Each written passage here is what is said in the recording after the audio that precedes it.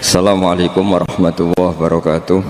Bismillahirrahmanirrahim. Di barokahnya Nur Islam itu di seluruh dunia itu mengkaji Nur Islam, ya, mengkaji di semua sistem dunia. Seorang di semua sistem dunia, termasuk di Amerika itu kalau nangani sesuatu ya pakai Nur Islam. Meskipun mereka tetap non Muslim.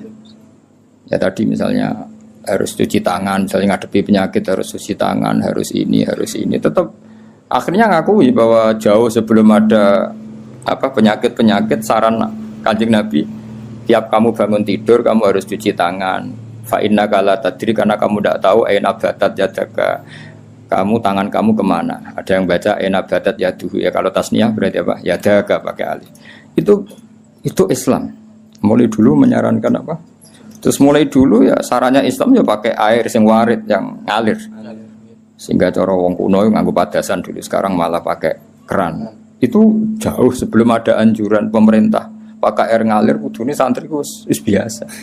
Jadi banyak ilmu yang menurut mereka baru, cara santri itu ya biasa aja. Karena memang kita hidupnya kan sudah benar, sudah waras. Sehingga benar kan nasibnya.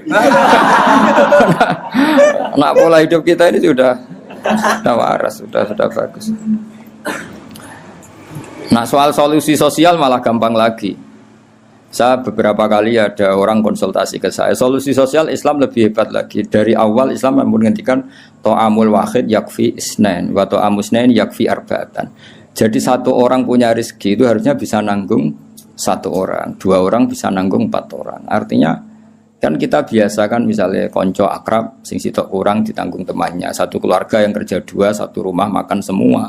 Karena normalnya memang rezekinya orang satu itu bisa menghidupi orang 2, orang 3, orang 4. Nah, yang menjadi kacau agama ini kan gini. Yang kacau menurut agama adalah apa? Jatah yang papat tindak nung sitok mulai merusak kan langsung. Nah, sekarang banyak orang rakus gitu. Wong sak nampan kok tindak wong loro. Iku mulai rusak iku. Paham yo? Wetenge lho dididik, paham. Jadi sebetulnya menurut Islam itu kan to'amul wahid yakfi isnain, waktu amusnya ini yakfi arba. Itu malah walian. To'amul wahid yastaghribu to'ama arba'atin. Itu kan ribet kan? Ya saya mengkutus pura pengeran. Nah bayangkan kalau itu pejabat, kerakusan terhadap aset negara harusnya menyebar terus dikuasai 1-2 orang, kayak apa kacaunya dunia ini. Lah ya lagi-lagi semua itu Nur Muhammad, ajaran Rasulullah SAW tetap ajaran sing halul muskilat, bisa mengurai problem. Maka kita buktikan bahwa kita yang Islam itu hidup kita stabil, hidup kita nyaman. Kalau enggak ya bagian dari problem itu. Ya bagian dari apa? Problem itu. Tetap Kanjeng Nabi faqad nusirat fil kainati a'lamu ulumik. Jadi meskipun di negara non muslim semuanya sekarang mengkaji apa? Islam. Sejarah para malaikat ya faqad nusirat fil kainati a'lamu ulumik. Semua alam raya ini pasti nanti mengkaji ilmu Muhammad. Sekarang sedekah Rasulullah ketika Amerika yang mengkaji Islam, Eropa juga mengkaji, semua mengkaji Islam. Wa tabasyara lan dadi bunga apa al makhluqatu pira-pira makhluk dikudu hingga kelan tekani sira. Walam yaqul lan ora tetep sapa seun perkara mimma sing perkara khalaqa kang gawe sapa Allah taala illa jaa, kecuali teko apa se li amrika maring perintah sira Muhammad, perintah jenengan Muhammad toian iku wong sing taat. Wali maqalati ka iku samian lan maring dawuh jenengan iku samian ngrungokno. Terus nanti alam raya ini semuanya tunduk pada perintah Rasulullah sallallahu alaihi wasallam. Aku yakin dunia tambah kacau itu tetap tambah butuh Islam. Kayak sekarang dari dulu itu Islam menyarankan supaya hidup itu sederhana. Warung donya kuwaco anggur wong ora sederhana.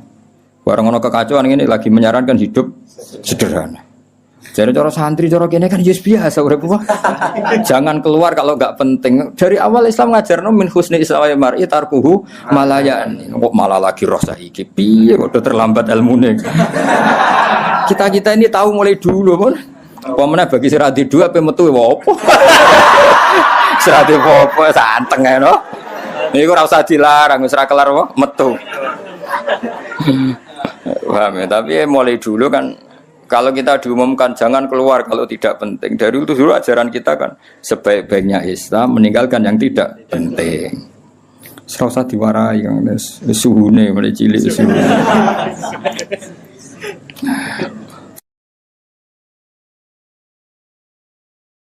Fasaya tikal bairi mulai cerita mujizat. Fasa tika mongko bakal teko kang sira al bairu unta.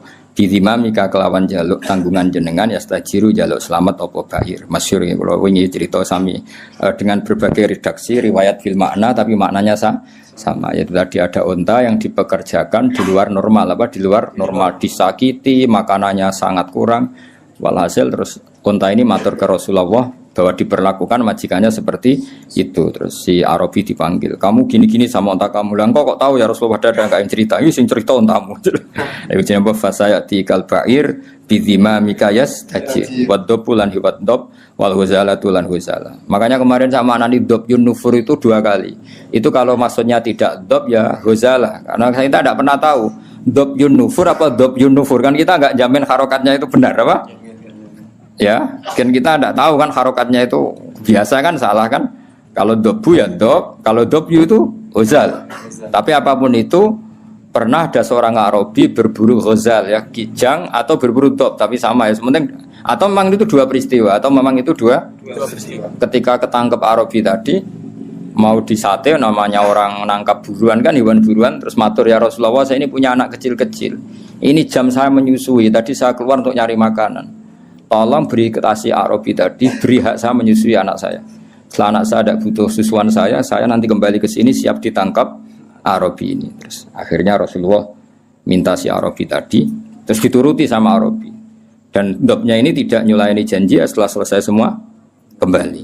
Itu jenis apa? Waddobu wal huzalah. Nah yang kemarin apa? Inta apa dobjun nufuru tadi yang kemarin itu saya tidak tahu. Makanya dobyu atau dobu kita tidak tahu. Tapi apapun itu tetap maknanya itu minta tolong Rasulullah apa? Minta tolong Rasulullah. Ya syadani waddob wal ghasalah ya syadani yang saya podok lan ghasalah la kamaring panjenengan birisalah kelawan diutus wal qamaru lan rembulan wasyajaru lan wit wa dzibulan zib. Sangka kata zibun apa? Serigala, wa dzibulan serigala. Wong Arab kadang muni zibun, kadang muni apa? Zibun. Kados tenggiro asapah napa? Zibun atau apa? Zibun. Iku yantikuna padha ngucap kabeh yantikuna padha ngucap kabeh binubu atika kelan nabine panjenengan angkoribin saking wektu sing parek. Wa markabu kauti tumpakane panjenengan al-buraq buraq. Ila jamali kamaring gantenge panjenengan mustaqun utai buraq iku kewan sing bronto sing kangen. Ya dadi buraq itu sangat rindu supaya dinaiki Rasulullah sallallahu alaihi wasallam. Wa Jibrilu ta Jibril syawus wa Jibrilu ta Jibril syawu sumamlate katika kang ngatur sistem kerajaan. Jadi kemana Jibril itu mitranya Nabi sing ngatur alam raya ini iku qot a'lana. Teman-teman maklumat sapa Jibril bizikrika kelan nyebut panjenengan fil afaq dalam pejajane langit. Jadi Jibril yang mempopulerkan namamu di langit. Jadi Jibril memaklumatkan bahwa sekarang lahirlah seorang nabi yang sangat dicintai Allah, namanya Muhammad. Sehingga alam raya di langit enggak ada yang kenal Kanjeng Nabi karena sudah dimaklumatkan oleh malaikat Jibril. Iku jenenge apa? Wa rafa'na laka dzikra. Wal qamaru rembulan makmurun dan perintahna laka maring sira bil insyiqaqi kelan pecah.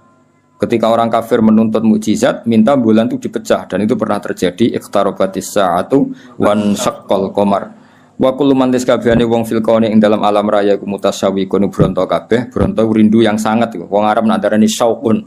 Mulane sebagian mahalul qiyam wa ayyuhas syauqul jazil, wahai manusia yang layak dikangeni. Jadi Nabi itu semua orang pasti kangen.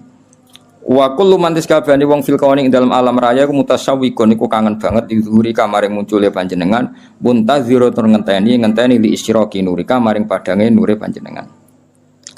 Fa bena mal habibu ing dalam antarané Rasulullah sallallahu alaihi wasallam iku mun situn iku wong sing ngrungokno. Ngrungokno li sama itilkal asbah maring ngrungokno mengkono-mengkono asbah maknane jumleger maksudnya fisik-fisik itu. Halimah kan enggak tahu kalau itu malaikat. Pokoke bahasakan Muhammad kekasihku iki mendengar itu semua. Iku jenenge apa? Munsitun li simai tilkal asbah. Wa wajhu te wajah Nabi mutahalilun bersinar kanu risoba kodene cahaya pagi hari. Jadi Nabi mendengar saja dengan penuh seksama dan Nabi kelihatan berbinar-binar. Ya itu tadi didawi malaikat tadi, malaikat setelah ngoperasi kan ngendikan panjang lebar bahwa kamu itu calon Nabi, kamu begini-begini. Itu Halimah dengar semua. Iz akbalat dumadaan madhep sapa Halimah tu Halimah mu'linatan hale wong sing banterno bisyahi lan bengok.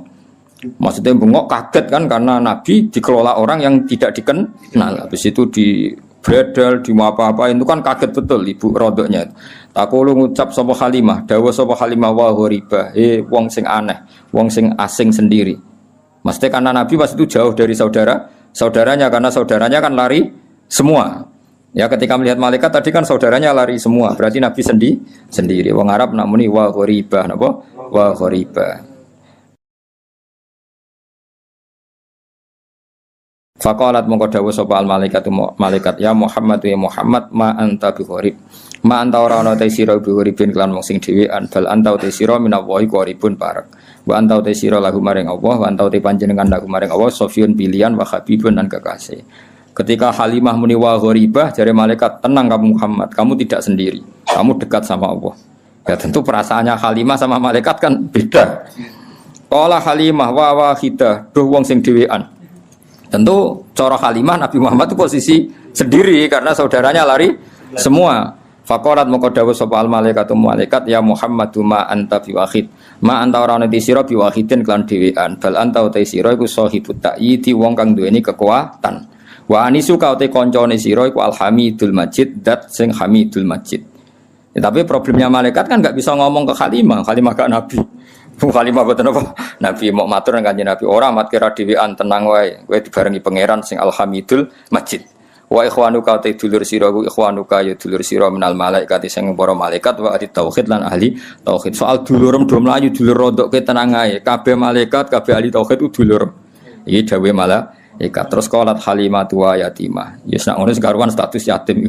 Faqalatil malaikatu lillahi darruka min yatim lillahi kagungane Allah sarasan daruka uta nikmat sira semana darun puan maksudnya puan ku nikmat sira min yatimin ya gak apa-apa kamu yatim tapi yatim terbaik fa inna qadraka monggo sak temene kadar sira inda wa munggu Allah iku azimun iku agung. Ini cerita Nabi ketika ketemu Nabi Adam. Fa idza nazara qibala yaminih dhahika wa idza nazara qibala shimalih baka. Nabi Adam ketika melihat ke kanan tuh senyum-senyum senang sekali tapi kalau kamu melihat ke kiri itu nangis. Lalu Rasulullah SAW tanya ke malaikat Jibril, itu siapa? Itu Adam. Dan yang kelompok di kanan itu ahli surga, maka beliau kalau melihat senang sekali, dan kalau yang di kiri itu ahli neraka, kalau beliau melihat itu susah sekali. Artinya apa? Betapa susahnya jadi Nabi Adam itu. Jadi kalau misalnya ada koruptor ketangkep gitu ya, yang nangkep ya cucunya, yang ditangkep juga cucunya.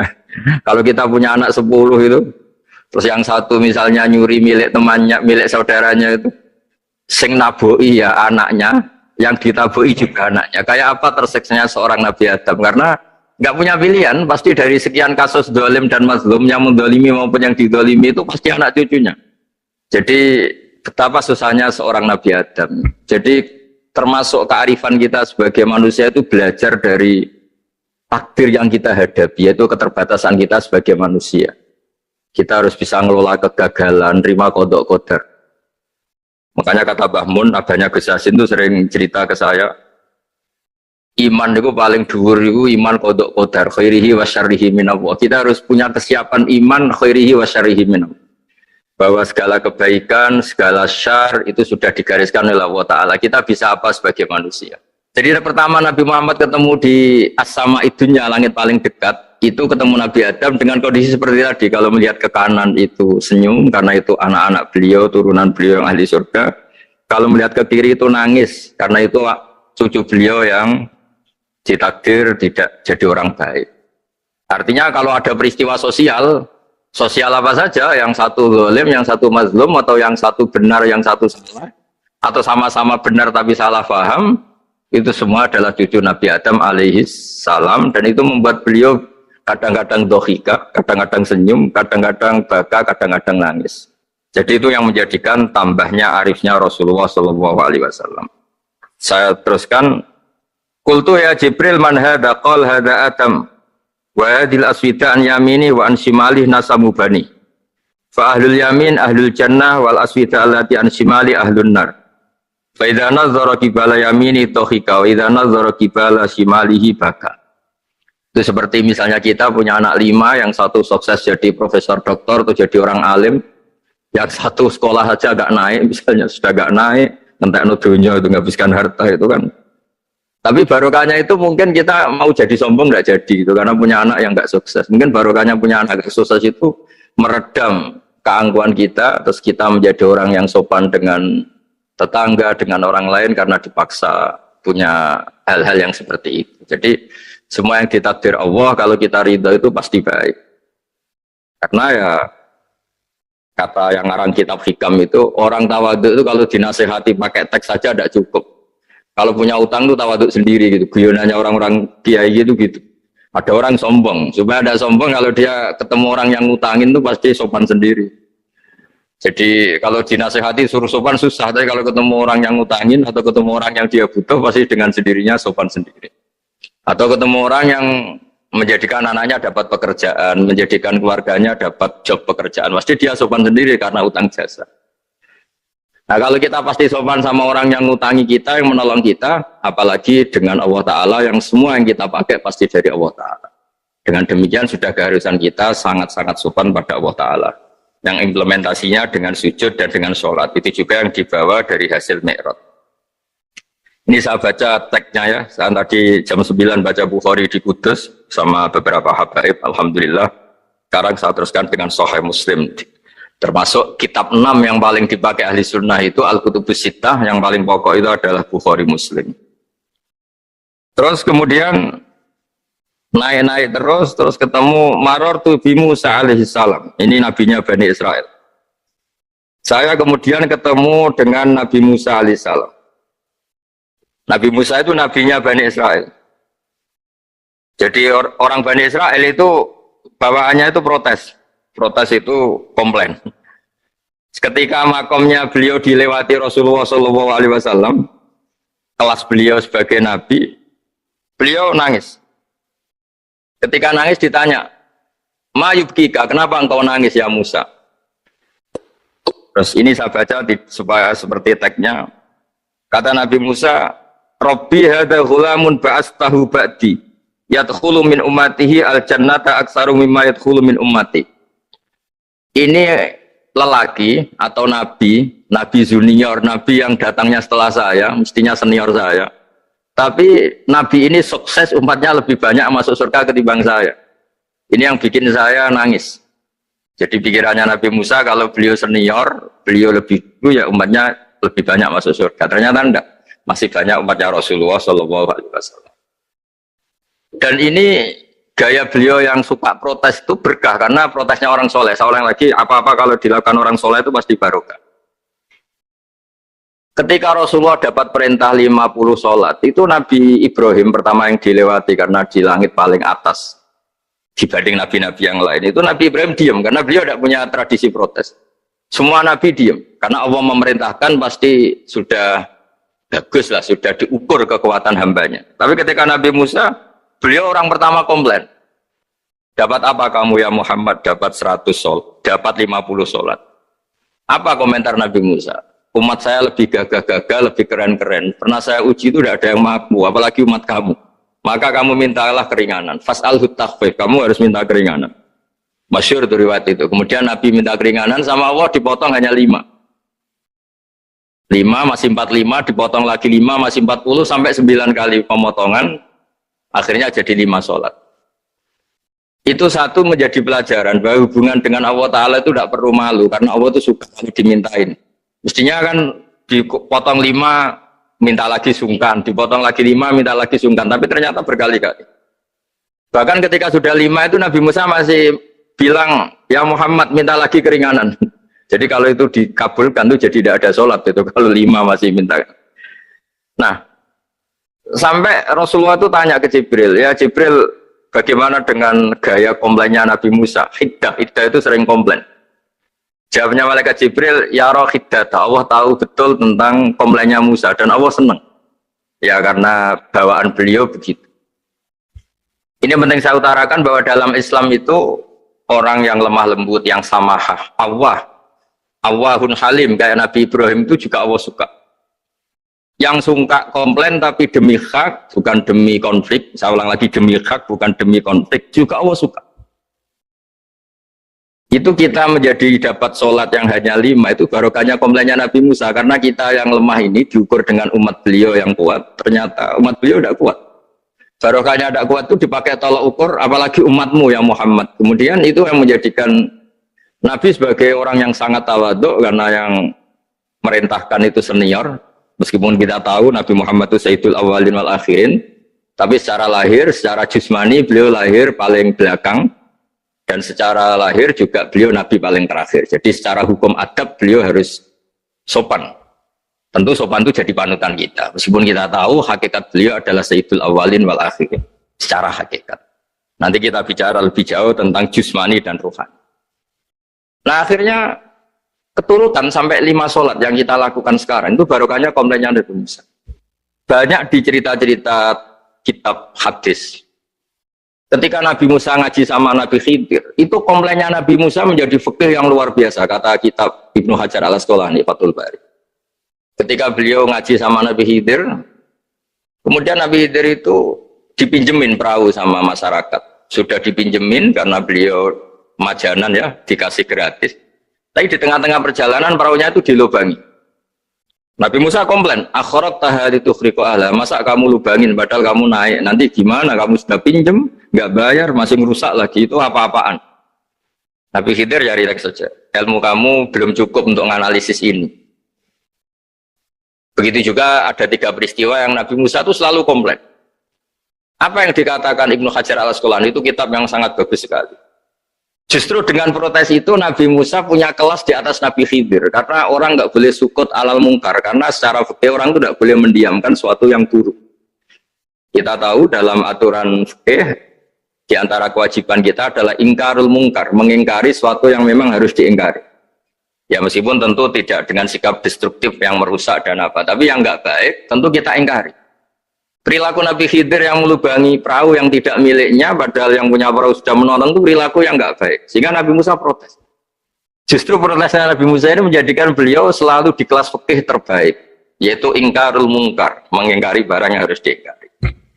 Tapi tentu Nabi Khidir juga nggak salah, karena beliau punya perhitungan di depan nanti itu ada begal-begal, ada kekuatan yang nggak baik, yang selalu akan membegal perahu-perahu yang kondisinya sempurna.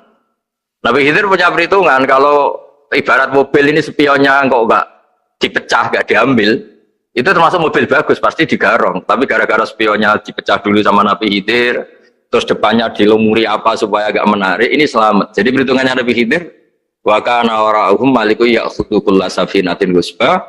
Di beberapa tafsir diartikan safinah ay sholihah, karena di depannya nanti akan ketemu orang-orang yang dolim yang selalu ngambil perahu-perahu yang bagus. Caranya gimana supaya perahu itu gak diambil? Ya karena mereka hanya ngambil yang bagus, ya dirusak dulu supaya gak bagus. Kalau ya gak bagus nanti lolos dari garong tadi, dari pengambilan secara dolim tadi. Jadi Nabi Khidir gak salah karena ada visi seperti itu. Nabi Musa protes juga gak salah karena memang tugasnya itu ingkarul mungkar, mengingkari barang yang memang gak benar. Nah, di sini seperti yang dikatakan Gus Yassin, kita harus bisa ngelola perbedaan, ngelola beda sudut pandang dan sebagainya. Sehingga kita selalu dapat nikmat Allah Ta'ala, wa allafa baina qulubihim, nikmat yang kita asik, kita hidup asik, nyaman. Doa-doa bapak-bapak saya, guru-guru kita sering ijazahi setiap ketemu teman atau keluarga disuruh berdoa, Allahumma alif baina qulubina wa aslih dzata bainina. Semoga hubungan kita dengan orang lain itu baik-baik saja dan semua konflik kita dibenahi oleh Allah Subhanahu wa taala. Karena kita tidak pernah tahu ya, kita miskin kadang dianggap problem karena takut membebani tetangga.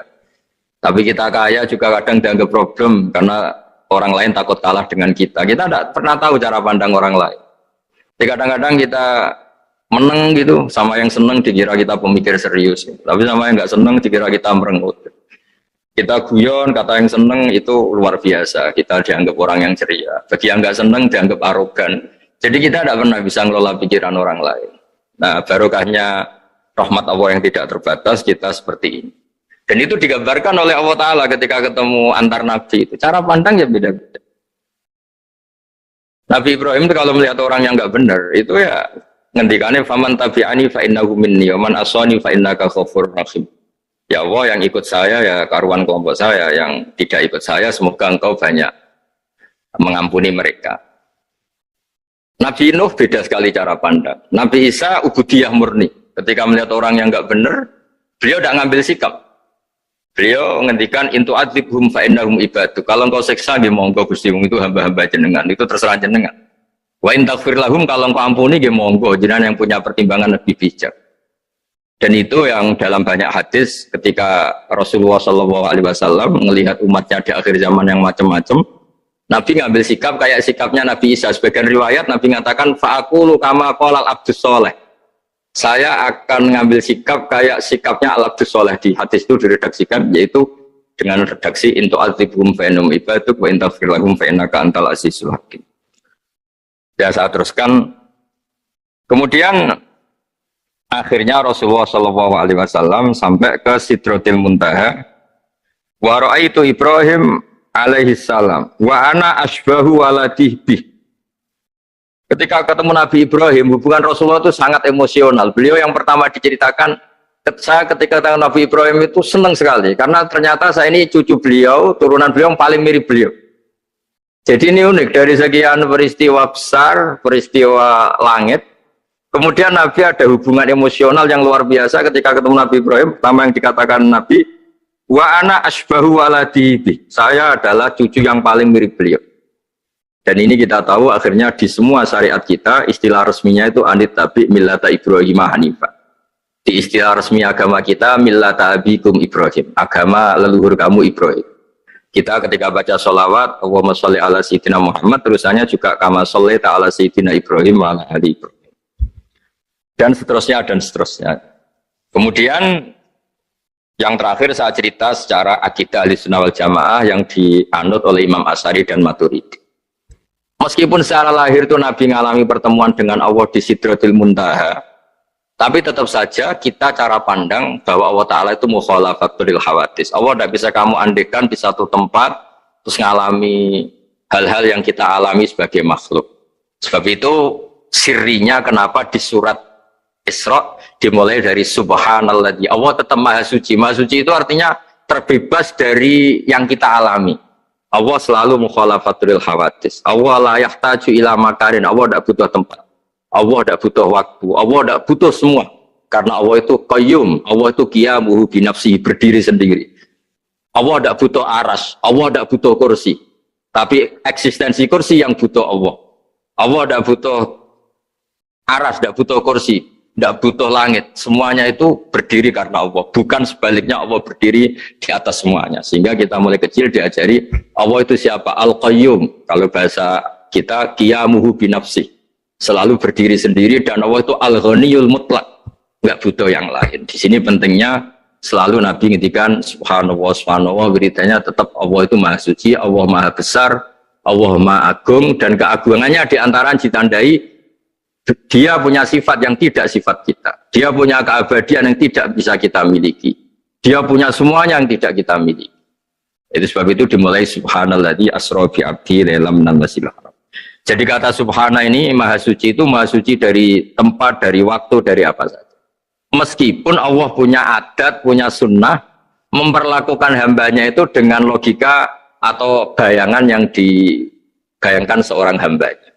Sehingga seakan-akan kita ini ya ketemu, seakan-akan kita bisa ini melihat. Sehingga di surga disebut kita ini melihat Allah. Tapi semua ahli sunnah mengatakan, tapi kamu melihat Allah itu tetap saja bila kaifin walan khisorin. Tidak bisa terus menciri. Menciri itu bisa membatasi sifatnya Allah itu begini-begini, tidak bisa. Tetap Allah itu la tudrikul absar wa huwa yudrikul absar. Tapi kita bisa disebut melihat dengan kemakhlukan kita yang profan. Di surga disebut melihat, tapi bukan melihat yang kayak kita melihat antar makhluk yang terus bisa apa itu cerita detail, cerita spesifik, cerita apa tidak bisa. La tudrikul absar. Ini hebatnya ulama-ulama kita, selalu cerita Mi'raj, cerita nazar ila wa fil jannah, melihat Allah di surga, tapi bersamaan dengan itu selalu cerita Allah itu mukhalafatul hawadis, Allah itu laisa kamislihi syai'un. Jadi terima kasih Gajang utamanya pada Gus Yasin dan yang membantu semuanya. Barokahnya kita ketemu bisa ngaji, supaya barokah saya baca teks aslinya di hadisil Isra, karena tadi saya jam 9 sudah baca Bukhari, ini supaya dapat berkah saya ini baca Sahih Muslim. Begini ya, saya tak cerita karena saya baca kitab itu banyak sekali. Ini bukan dalam konteks sombong atau takabur, boten. Saya cerita baca kitab banyak itu supaya sampean tahu bahwa pikiran saya ini mamluk, dipenuhi dengan pikiran-pikiran ulama dulu karena saya sering baca. Jadi tidak pikiran saya sendiri. Khusyuk itu maknanya takut.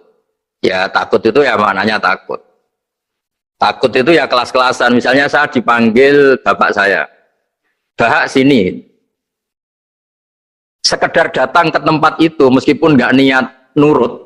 Saya ulang lagi, sekedar datang ke tempat beliau manggil saya meskipun nggak niat nurut, itu sudah satu poin tertentu. Karena dipanggil terus menghadap itu sudah bagus. Meskipun di hati saya nanti saya bilang nggak mau, saya mau main. Tapi itu sudah poin tersendiri. Karena bandingannya akbala dalam bahasa Arab itu adbaro. Adbaro itu dari kata dubur. Dubur itu membelakangi. Daripada misalnya dipanggil bahak sini, malah lari menjauh. Membelakangi. Kalau dalam bahasa Arab adbaro itu menjadikan duburnya di belakangnya. Makanya bandingannya akbala itu menghadap dengan muka. Kalau adbaro orang di belakangi pakai duburnya. Maka dalam bahasa Arab disebut adbaro. Nah, sehingga terburuk dari seorang hamba itu adbaro, dipanggil ndak moro, dipanggil ndak menuju yang dipanggil, malah menjauh. Nah, menjauh ini dalam bahasa Arab itu kadang dibahasakan tawalla. Tawalla itu mengo itu menghindari, atau adbaro membelakang.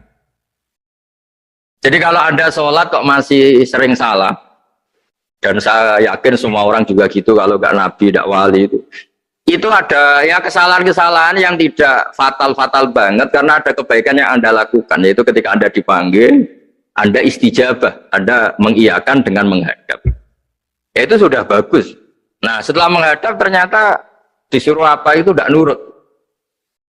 Disuruh apa gak nurut itu satu kesalahan yang tidak mengganggu poin pertama tadi Anda menghadap. Sehingga banyak cerita di hadis-hadis ada sahabat yang zaman itu tidak soleh-soleh banget. Zaman itu ketika Nabi, saya ini mau sholat ya Rasulullah, tapi jangan diminta berhenti dari begini-begini. Beliau menyebutkan sekian kemungkaran sahabat tadi. Nabi komentarnya itu sayan hahumayakul. Nanti kalau sering sholat lama-lama ya nggak begitu. Nah, ini kelirunya kita sebagai manusia. Lama-lama juga baik, itu kita kira itu terus harus sekarang gitu loh. Nah, itu keliru, harus sekarang itu keliru. Bisa saja kita ini setiap sholat pasti sudah ditulis Allah, nanti itu mati baik. Belalang nanti habis asar sebelum kita maksiat sudah mati, habis sisa sebelum kita maksiat lagi sudah mati. Jadi barokahnya sholat itu ada waktu yang potensi ya, potensi sholat itu akhir kenangan kita, sholat itu identitas kita, sholat itu status kita. Nah, karena kita sholat itu pakai niat, niat itu komitmen. Sementara kalau Anda maksiat itu tidak pakai niat, karena zallah. Zallah itu ya ada niat maksiat, tahu-tahu mungkin di bis ketemu orang cantik, terus agak jelalatan, tapi kan tidak niat. Tapi kalau sampai sholat kan datang ke masjid, bayangkan diimami ini, nanti kamu takbir, nanti kamu baca ini, baca ini. Jadi benar-benar komitmen, itu status kita. Kata Said Zabidi disebut mautinuhu wa haqiqatuh. Baiknya umat Islam itu kalau taat itu mautinu, itu alamat resminya, itu statusnya, kata Said Zabidi. Tapi kalau dia maksiat itu zallah, zallah itu kepleset. Jadi tidak pernah jadi status kita. Semoga semua maksiat kita ini tidak status, tapi zallah. Tapi ketika taat itu status, hakikat kita. Maka falau butiyah ya haqiqatuh wa mautinuhu wa dzatuh. Ini kata Said Abdul Az-Zabidi pengarang Ithal. Orang Islam itu orang yang ketika ibadah itu identitasnya betul, ketika ibadah itu Allahu Akbar, dia berharap rahmatnya Allah gini-gini. Nah, ketika salah dia zallah, dia ngantor ya ada niat korupsi, dia ingin memenai negara ini, dia nyai juga agak ingin macam-macam gitu. Ya tapi karena manusia terus ada zallah. Nah, semoga semua kesalahan kita ini zallah itu ya cara Jawa kepleset, tidak mental. Dan semua kebaikan kita ini mental, yaitu kebaikan yang jadi tempat kita, identitas kita, haqiqatuh wa mautinuh wa dzat. Tapi jangan pernah berpikir kalau apa artinya sholat kalau kita masih melakukan kemungkaran, itu salah besar. Sholat itu wajib, dengan Anda sholat itu sudah mengurangi kemungkaran Anda, karena Anda tidak melawan ketentuan Allah Ta'ala. Kayak kita orang Indonesia, meskipun kita koruptor, mau jadi KTP Indonesia sudah bagus, kita mau jadi warga Indonesia, meskipun setelah itu kita korupsi, dan salah, tapi lumayan jadi mau jadi warga apa? Indonesia. Orang mau sholat artinya dia menstatuskan diri sebagai hamba Allah. Teken kontrak, kalau saya ini hambamu ya Allah, anta robbi, iya karena butuh, iya karena stain. Soal salah ya salah aja ya. Sama, kita tetap warga Indonesia meskipun kita salah, meskipun kita koruptor, meskipun kita salah, tetap aja warga Indonesia yang berhak mendapat jatah makan meskipun di penjara, meskipun apa. Sama, kita ini hamba Allah yang mengakui kalau Allah itu Tuhan, kita hamba. Dan barokahnya pengakuan itu insya Allah di cerita-cerita syafaat, kalau kita dosa atau apa, insya Allah dapat syafaatnya Rasulullah SAW, karena kita tidak pernah lari dari status kehambaan. Jadi yang harus dipegang, makanya status kehambaan ini nggak boleh hilang. Kita harus sering bilang, Robbi, Robbi, Tuhanku yang merawat aku, yang memberi aku. Dengan demikian kita menjaga status kehambaan kita. Dan status hamba ini yang menjadikan orang layak masuk surga, yaitu fadkhuli fi ibadi, kamu harus resmi menjadi hambaku, baru ada perintah wadkhuli jannati. Kalau menjadi hamba aja nggak mau, kita punya keangkuhan, punya keinginan yang mulu-mulu, sehingga seakan-akan kita ini Tuhan, nah itu tidak menghamba. Kita harus fadkhuli fi ibadi, baru wadkhuli jannati. Saya kira demikian, semoga ini manfaat. Banyak cerita niku riyen dia Khalil mengambil mantu Ki Bisri niku nggih nyaur utang kalian Mbah Topo, mergi sering dirumat secara finansial. Dia mbake ndongane iku tenanan supaya anake Ki Mustofa niku pinter, anake Mbah Topo niku pinter, terus dados Ki Bisri. Niku nak diambil kesimpulan niku kiai ndonga tenanan niku nak dirumat tenanan. Nak di rumah rapati tenanan itu dongane ya kudune rapati tenanan. Ya ngantos sing cerita niku mbah bodoni napa mboten niku riyen niku ngantos Mbah Khalil prai jamaah. Mergo makmume iku sing ngutangi. Dadi wedi nak ketemu makmume. Suwe-suwe diebrokno terus wani dadi imam malih. Terus dalam keadaan ngoten niku ndonga ra tenanan mboten mungkin. Singkat cerita terus Kiai Bisri dados tiang alim, Kiai Misbah dados tiang alim. Terus fan ingkang ditekuni itu nahu. Wau leres sing didawaken Kiai Said angsal gelar Sibawahi zamani. Panjen riyen kula piyambak sering didhawuhi Mbah Mun nggih sering istifadah teng terjemahan Alfiyaipun Kiai Bisri riyen teng sarang nak belajar Ibnu Aqil di antara referensi itu tulisane Kiai Bisri mbek Kiai Misbah. Sing sedanten niku barokahe didikanipun Kiai Khalil Harun. Kula piyambak zuriyah saking Mbah Dimyati. Mbah Dimyati riyen teng sarang keculuke putra angkate Ki Umar Harun. Kiai Umar mboten gadah putra. Kula cerita silsilah sing radi serius. Dados niki waliane Gus Yofur wau mun rileks niki kula sing cerita serius. Riyen syaraté wong alim niku sinau riyen, sinau badhe niku diskusi kalian sing sak level. Badhe niku nembe ngaji. Sehingga nak ngaji ku kantun nyocokno niki kangge santri-santri Radhatul Thalibin. Dados kisah hal sebelum ngaji Mbah Zubair niku sinau riyen.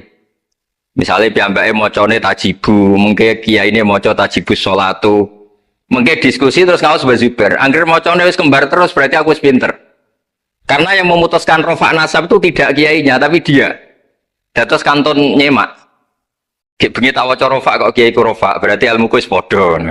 Aku maca nasab kok kiai ku nasab berarti padha. Aku maca jer kiai ku jer wis padha. Nah santri-santri kan mboten ngaji mboten persiapan. Teko ngaji mbek takok halaman. Niku pun santri innalillahi wa inna ilaihi rajiun. Niku enggak bisa diharapkan. Terus kula riyen niku GR alim niku nggih alasan perkara ini sinau riyen. Dadi agar bangun maca kok pun kembarane 90% apa 80% nggih mun setengah ngalim. Kok nak salah kok sampai 90% ya goblok banget. Sakniki mboten santri sinau mboten persiapan ngaji takok halaman tok endi. Menyenggai sholawat. Salam Muhammad shollallahu alaihi wasallam. Mboten mikir wong kiai ini maca Allahumma sholli ala Muhammad malah ngongkon kiai ini sholli alaihi itu nak diterjemahkan Allahumma sholli ala Muhammad terus dekne ngomong sholli alaihi nggih monggo jenengan maca sholawat. Wong sholli nu fil amar. Tapi wong jenenge wong ora mikir nggih. Terus niku ruwet. Terus niki kula cerita sing serius, kersane jenengan pirsa bilih sing minter wong ra bakat pinter niku nggih kangelan tenan. Riyen bapak kula nggih nak definisi wali nu ngoten kula nggih insyaallah pun mlebu lah. Mergi kula niku nggih minter tiyang kathah. Tiang-tiang sing ra bakat pinter teng Gunung Kidul niku kula kathah sing kula dadekno kiai niku. Tapi buatan pinter banget, pokoknya memenuhi kualifikasi lah. Pergi ceritanya ini gak sederhana. Rian itu Mbah Khalil itu nak mulang nahwu tenanan. Mergi sesuatu itu jadi mudah. Mulanya cerita yang beredar ngelir boyo ini Ja'a Zaidun, Zaid datang. Ini wonten santri pelengahan delok lawang. Gurune ngamuk. Kamu orang mana? Orang Bekasi. Kenapa pelengahan? Ya katanya Ja'a Zaidun itu Zaidan. Habis Pak Guru bohong. Katanya Zaid datang melihat Zaid, ternyata orangnya nggak ada. Contohnya Ja'a Zaidun itu Zaidan. Tapi barokahnya itu terus sesuatu itu menjadi mudah. Nah ini sing dawe Mbah Mun, sing didawakan Gus Zofur kalau aja eling dawe Mbah Mun, gelem ra gelem Allah kudu gawe wong alim kok wong Jawa. Mergo wis kadung dawuh Islam iku kafatal linnas untuk semuanya. Fasibawai Farisiun, Imam Sibawai itu orang Persia. Imam Ghazali juga Tos itu Persia. Banyak orang alim dari Irak itu Babylon, itu tidak Arab. Karena Islam ini kafatal linnas. Makanya gelem ra gelem guyonane Mbah Mun niku Allah kudu gawe wong-wong koyok Warijo, koyok Kirun kudu dadi wong alim. Guling-gilingan nah Islam tidak milik orang Arab saja tapi kafatal linnas. Niku nak cara paham. Dadi mumpun dadi janjine pangeran. Mulane sing mondok Arab nggih monggo, sing mondok pundi mawon nggih monggo, tapi Kiai Jawa tetep ndek jatah alim. Mergo niku mumpun kuota. Mumpun kuota. Terus riyen Mbah Fadl sing diceritakno Gus Zofur niku tiyang alim mboten mondok teng putih-putih teng Jawa. Mbah Sahal riyen alime nggih mondoke di antarane teng Sarah. Mergo mun jatah. Islam iki dawuh Mbah Mun kafatal linnas. Mulane Allah kudu gawe wong alim-alim sing wong Persia, wong Jawa, wong Cina. Imam Sibawai ini buatan tiang Arab. Mulane piyambake ra difrustasi nak debat mbek wong Arab. Masyhur yen ada ahli nahwu sing tiang Arab, namine Kisai. Piyambake Sibawai tiang Persia. Niku didu kalian seorang raja di depan umum kan maca qad kuntu azunnu annal aqrab asyaddulas atan minaz zambur. Faidan huwa hiya atau faidan huwa iya. Jari Imam Sibawai rofa, jari Imam Kiswai oleh rofa oleh nasok. Terus akhirnya dalam perdebatan itu, antuma roisa baldatikuma, kamu ini ketua dua negara anda karena anda yang terbaik. Lalu famanil hakim, terus keputusan ini di tangan siapa? Kamu orang terbaik di negara kamu semua. Terus yang bilang hadil Arab, ya orang Arab semua ini kita konsensus polling. Semua orang Arab bila Imam Kisai. Karena orang Arab biasa ngendikan iya atau hiya.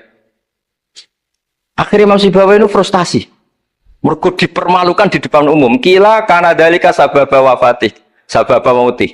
Bahwa peristiwa itu yang menjadikan Imam Sibawai kabundut. Kok dipermalukan di depan umum. Imam Sibawai keyakinannya tetap bersikeras. Setelah idza fujaiyah itu rofa. Karena beliau ikut fusha saja. Fa idza hiya hayatun tas'a. Faidah hiya bayda'ul linadirin. Semuanya itu rofa. Beliau nggak bisa nerima konsep nasab. Terus tapi Imam Sibawai yang ngalami dipermalukan itu jadi barokah yang sak dunya. Yaitu karena dia orang Persia, belajar nahwu harus yang fusha saja. Barokahnya itu orang-orang non Arab itu bisa belajar nahwu. Karena nggak perlu latihan min ayna ji'ta diwaca min jid. Fi aina batuka diwaca fan batnuk. Cara sampean latihan Arab nakal tambah goblok. Mereka terus ribet. Orang Arab itu kalau nong Jawa mangan sak piring kok wis wareg itu takok fi aina batnuka itu fan batnuk. Kan tambah pusing. Nak temudi kan boten. Fi aina batnuka. Min aina jita. Sehingga ra perlu mikir minen jit. Terus dawe Mbah Mun barokah fusha itu terus nahwu itu bisa digeneralisir. Akhirnya terus pilihannya Alfiyah. Kila diantara sing beto Alfiyah pertama nu Kiai Khalil Bangkalan. Mergi teng silsilah wau sing dirawakan Kiai Said diantara gurunipun Mbah Khalil Harun Kiai Khalil Bangkalan. Kula piyambak menyaksikan dalam manaqibnya Syekhona Khalil, beliau ngaji sama Said Zaini Tahlan. Said Zaini Tahlan gurune Said Abi Bakar Sato yang ngarang I'anatut Thalibin. Terus kalau misalnya saya pakai sanad Mbah Maimun, Mbah Mun, Mbah Zubair, Mbah Fakih Mas Kumambang, Kiai Mahfud Termas, Sayyid Abi Bakar Sato, Sayyid Zaini Dahlan. Kalau pakai Mbah Mun, Mbah Karim atau Mbah Manap, Syekhona Khalil, ini langsung dugi Sayyid Zaini Dahlan. Jadi a'la sanadan kalau pakai jalur Mbah Mun, Mbah Karim, Syekhona Khalil langsung Sayyid Zaini Dahlan. Sama kalau pakai sanad keluarga sini misalnya Mbah Khalil Harun langsung ke Syekhona Khalil langsung dugi Sayyid Zaini Dahlan. Nah silsilah keulamaan ini penting karena dulu ini cerita mawon. Sing ora bakat ngalim di ngalimno tetep dadi kiai. Sing wis bakat alim di makrifatno. Termasuk marifate Said Zabidi niku sing nyekseni tiyang Jawa. Ini ku Mbak Abdul Manan. Terus riyen cerita-cerita tentang legenda silsilah Kiai Jawa niku Mbah Hasan Besari ini keluarga kerajaan pun di duit, nggih pun ngertos dunia internasional. Kepengen mondok teng Mekah. Mbah Hasan Besari sing terkenal yo. Akhirnya ngajak kancane namanya Abdul Manan niku tiyang Termes, tiyang desa. Dijak akhirnya mondok teng Mekah, dados tiyang alim. Termasuk nderekaken Said Zabidi dugi Mesir, Shahibul Ithaf. Ki Abdul Manan gada putra alim alama namanya Ki Abdullah. Ki Abdullah gada putra namanya Ki Mahfud. Dugi Ki Mahfud niki cerita sing terkenal niku kepanggih Mbah Munawir. Kila niku murid guru wakila konco. Sing jelas saingan dadi wali perkarane. Mbah Mahfud itu ora trimo, tapi ora trimo sae hiro kalau dalam bahasa Arab ghobto ta hiro. Sopo sih kok ana wong sak tawafan khatam Quran. Dados sing kula tambahi Gus Sulil nek dadi wali ku sak tawafan khatam Quran. Mboten maca ithaf dalu-dalu seneng Gus penggane rokokan dalu-dalu maca kitab malah seneng. Kon molekan. Niku akhirnya kepanggih. Kepanggih terus kila niku Kiai Mahfud pesen Muhammad ini kan beto teng Indonesia. Mulane Gus Muhammad akhirnya dadi Kiai Quran. Di pondokno teng Termas bareng-bareng Bali Maksum, Gus Habib. Niku sedanten terus ngaji Badim Yati Termas. Kalau nanti diceritani Mbah Mus mriki meledake muridnya Mbah Khalil Harun di antara sebabnya niku Mbah Dimyati Termas wafat. Terus sebagian santri-santri ageng udah ngaos teng Kasingan teng Mbah Khalil Harun. Walhasil terus Gus Muhammad itu dados ngapal Quran alim. Terus dipek mantu tiyang sugih namanya Kaji Taslim. Terus akhirnya urip teng Betengan. Gada putra Ki Harir samangke wonten Gus Muhammad. Dadi Muhammad bin Harir bin Muhammad bin Mahfud bin Abdullah bin Abdul Manan niku pun dugi Shahibul Ithaf Ithafus Sadat Al-Muttaqin saraipun kitab napa Ikhya niku nak ngarang niki cerita niku nak ngarang jan luar biasa kitab 14 juz niku kabeh berilmu boten dipenuhi cerita-cerita sing boten penting semuanya berkualitas yang paling saya kenang dari dan ini sekaligus kalau terakhir muludan nih yang paling saya kenang dari statement beliau, dari ngendikan beliau itu begini. Wan Nabi sallallahu alaihi wasallam wa in jalla qadru muhtajun ila rahmatihi ta'ala wa fadli. Dari cara pikiran beliau itu umat ini setelah Nabi Isa. Penggemar Nabi Isa itu salah dalam mendudukkan Nabi Isa, berlebihan sampai mengatakan Isa ibnu Wah. Yang benci juga berlebihan sampai mengatakan Isa itu waladuz zina, yaitu orang-orang Yahudi.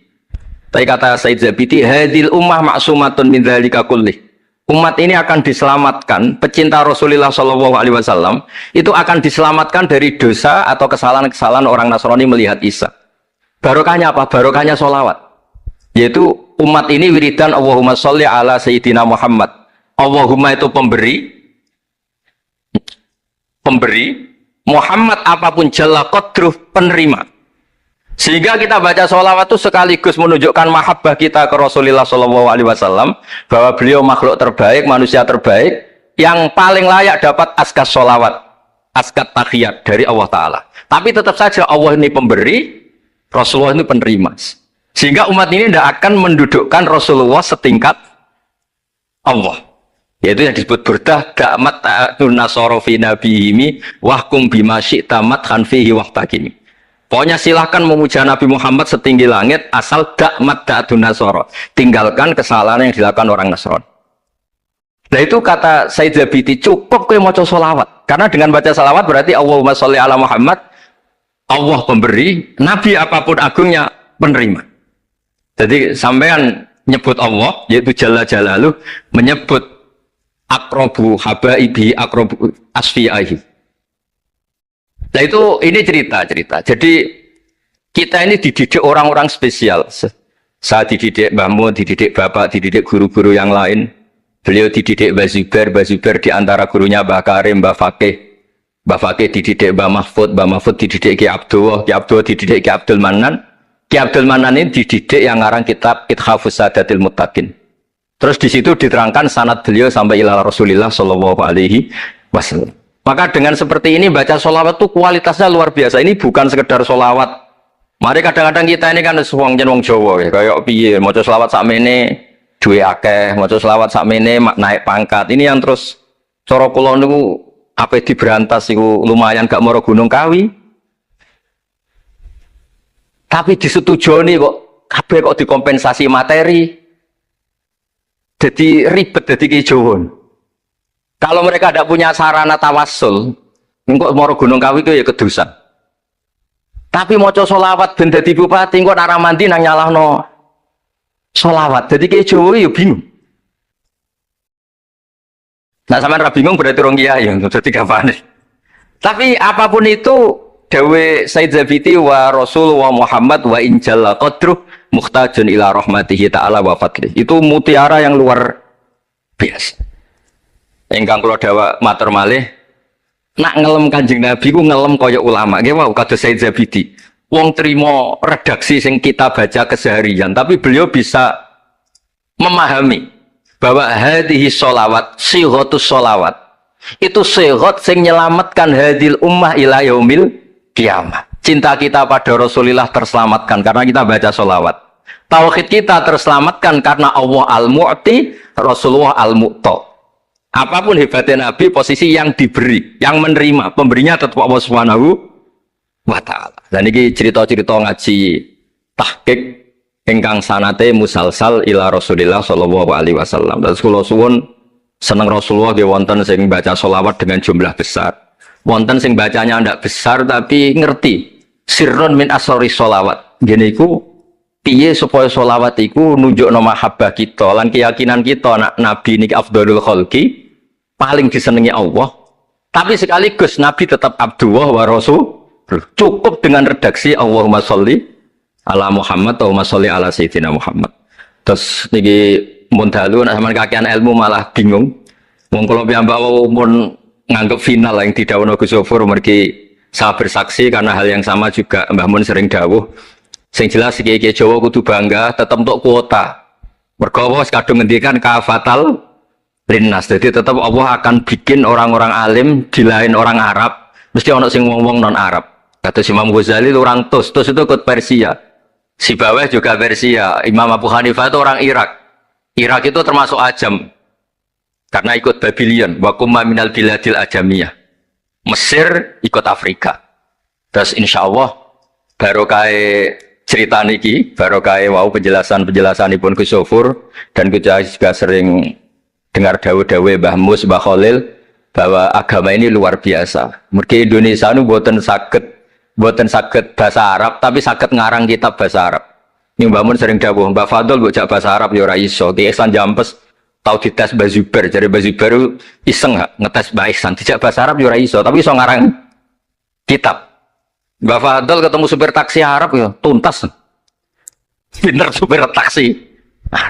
Mana gara Mbah Mun ana wong modal Arab kepen pinter, kepen iso bahasa Arab. Kowe adol es ning Arab kok pinter bahasa Arab iso ora Mbah Mun. Nah pen alim yo niru Mbah Fadl. Tapi sakit alim alama. Mergi mpun untuk kuota agama ini kafatal linnas. Nah, agama itu mulai dulu itu masalah klaim di sosialnya ya. Pada level kebenaran tentu agama itu hak dan batil. Tapi pada level sosial itu klaim.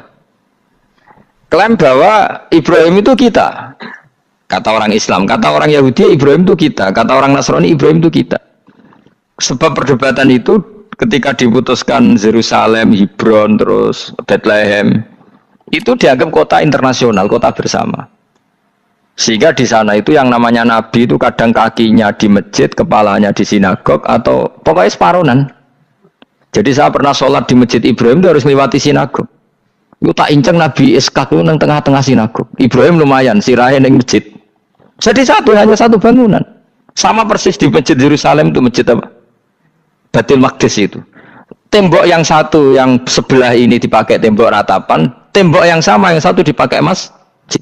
Itu jangan satu tembok, bukan dua tembok. Makanya tiga agama ini unik, musuhan tapi titik keramat itu menunjuk yang sama. Orang kok berhubung ra cocok wis aku tak ning Bantul, enggak ada yang seperti itu. Semuanya di titik itu.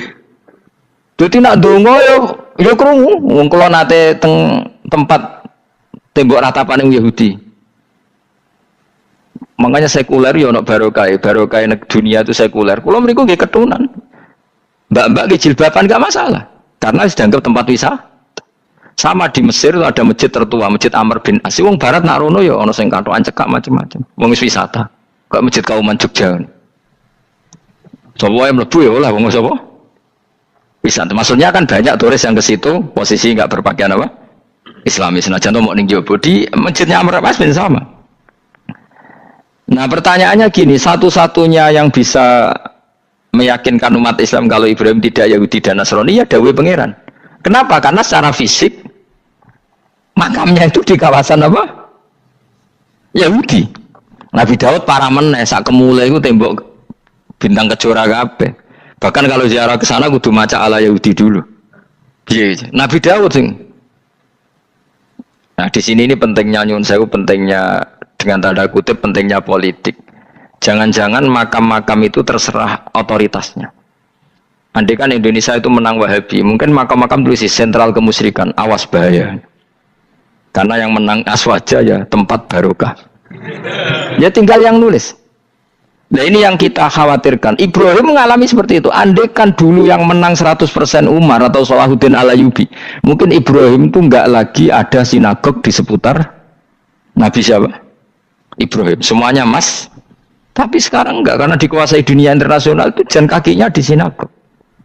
Ishak malah total Ishak gitu.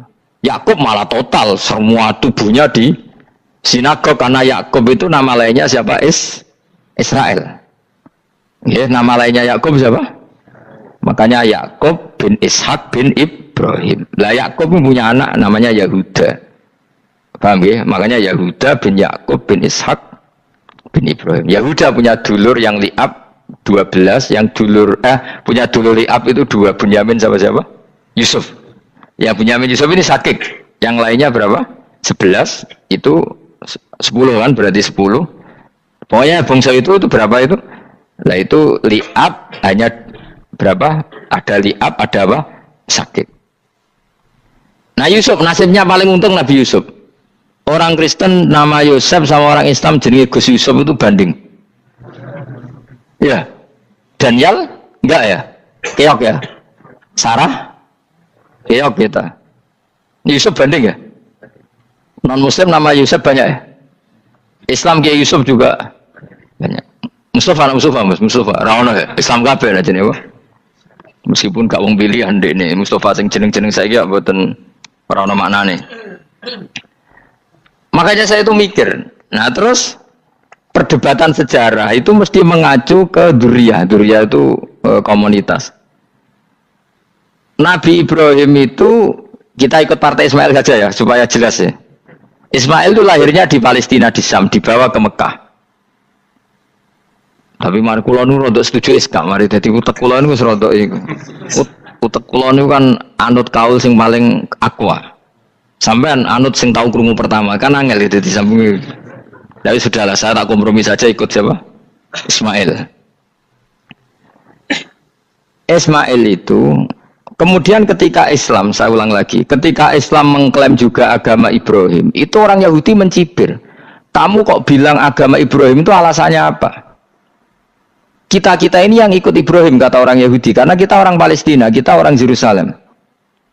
Terus Nabi Muhammad memberi penjelasannya, tentu diajari Allah, Ibrahim itu pernah hidup di Mekah. Buktinya fihi ayatum bayinatum maqamu, jejak kakinya di situ, jejak kesejarahnya di situ, yaitu istrinya pernah dibawa ke Safa dan Marwah, yaitu peristiwa Hajar nyari apa? Air. Lalu Ibrahim dan Hajar ini punya anak namanya siapa? Ismail, dan itu namanya Abul Arab. Jadi Abul Arab itu Ismail. Bukan Ibrahim. Kenapa kok tidak Ibrahim? Karena Ibrahim juga Abu Syam. Ibrahim masih milik bersama. Yang mulai benar-benar hidup di Mekah itu siapa? Ismail. Maka dulu perdebatan antar para peneliti agama, itu lalu Adnan itu siapa? Makanya terus diputuskan wa adnanu bila roibin inda dzawil ulumin nasabiyah ila dzabihi Ismaila nisbatuhu wa muntama. Lalu pertanyaannya, orang Yahudi yang di Palestina tetap mengklaim kalau mereka turunan siapa? Ibrahim, dan menduga Ibrahim adalah Yahudi. Islam darani Ibrahim Islam. Ya sudah seperti itu tuh nasib agama, akan begitu terus ila yaumil qiyamah. Kita tentu iman status Ibrahim, maka anak Ibrahimu Yahudiyah wala Nasraniyah. Nah, kenapa harus Quran ngendikan? Karena secara fisik atribut Ibrahim itu sekarang makomnya itu dikuasai Yahudi, akhirnya dikuasai Israel akhirnya juga. Jadi gampangannya ini loh. Umpama Nabi Ibrahim di makom ning Indonesia terus dikemuli ayat kursi kan aman. Paham tuh kita? Angel temen terangno kowe. Mesti diarani Islam. Lah tapi di makom ning Israel dikemuli bintang kejora. Paham ya? Maka mau tidak mau tetap ada perebutan otoritas politik. Makanya di sini ini Sayyidina Umar ngotot kepengen nalukno Romawi. Maksudnya Romawi sing nguasai Palestina. Tenan kasil. Akhirnya Nabi Ibrahim total ning masjid. Ngalin kono jenenge Masjid Umar. Mergo sing naklukno awal sedurunge Salahuddin Al-Ayyubi sinten? Tapi gak suwe kalahne wong Islam. Lagi menangne Rasulullahuddin apa? Terus kalah meneh terus saiki dadi kota modern nih. Dikelola secara internasional dianggap kota tiga nopo agama. Ya wes. Nah kita is ngimani Quran wae ora usah ndelok bukti fisik. Mergo nek bukti fisik iku beberapa nabi makome ning Israel sing status notabene niku Yahudi. Lalu Yahudi itu apa? Awas gen ora anut aku. Wis aku pinter lah sementara anut aku. Karena ini sekali salah itu fatal. Yahudi itu siapa? Yahudi itu nama agama, apa nama marga, apa nama sekte. Terus orang tuh gak tahu mikir meneh, dikira Yahudi itu nama agama, apa nama sekte. Isra roh Gus ra tau mikir, ya wis ora roh enak. Dadi Yahudi iku jeneng wong iku Yahuda bin Yakub bin Ishak bin Ibrahim. Lalu nama ini ya tetap tauhid. Tapi pertanyaannya, apapun tauhid kamu tetap akan disalahpahami oleh penulis sejarah. Maka sejarah itu sekali sing nulis salah, tetap selawase korbane yo salah. Misalnya kok Siti Jenar, kita kan tidak pernah tahu Siti Jenar persisnya piye. Kabeh nulis misalnya dekne wahdatil wujud, akhirnya dekne tersangka wahdatil wujud manunggaling kawula Gusti. Tapi ada juga penggemar Siti Jenar. Siti Jenar udah diwali, wali songo hasud. Barang dipateni wangi, ben ketok elek digenti asu. Dadi sing ketok elek wali songo ning versi penggemar Siti Jenar. Aku lah termasuk turunan Sunan Kudus ning catatan. Iku ya paling mangkel mbek ketoprak. Perkara men kalah mbek Saridin ceritane. Sajane ya mangkel, tapi sing gawe ketoprak tau sowan aku. Tak takoki lho kowe gawe ketoprak ngono piye iki mergawi Gus ora ono hubungane bener apa salah ya. Bar sih. Ini cerita Saridin kali Sunan Kudus sampean kalah. Berarti ini buyutku cah ketok luwih kondang. Ya sudah seperti itu. Nah, khawatir kita kalau kita sudah ada hafal Quran, ada hafal hadis, nanti orang nulis sejarah itu seenak-enaknya. Makanya nyuwun sewu kados orang yang tidak ahli sunnah kan nggawe film gambarane Umar nyiksa Sayyidah Fatimah. Akhirnya ada orang yang benci siapa? Umar. Tentu kita nggak percaya itu. Kita lebih percaya kalau Umar sangat menghormati Sayyidah siapa? Fatimah, Sayyidah Aisyah dan sebagainya. Nah, makanya hati-hati baca sejarah itu di sini. Karena sudah seperti itu. Dulu kita kerepotan kan memasukkan Kahar Mudzakkir jadi pahlawan apa? Nasional. Karena ada yang cerita ini dulu pernah ikut apa itu dan macam-macam. Kita sering kesulitan melacak sejarah. Oke lah kalau, nah bayangkan kalau itu sejarah Nabi. Agama satu bilang Ibrahim Yahudi, agama satu bilang apa? Nasrani. Tapi Allah itu maha kuasa. Orang itu kalau salah mesti keterucute iku elek. Kowe mesti ra roh, gak ulama gak roh. Ketika Nabi debat dengan Yahudi, debat dengan Nasrani, itu debatnya itu lucu. Kanjeng Nabi ditanya, Mat, kamu agamanya ikut siapa? Saya pengikut Ibrahim. Lalu Yahudi itu padahal pinter-pinter wong Yahudi wis kadung bakat cerdas. Tapi musuh-musuh pangeran tetap kalah.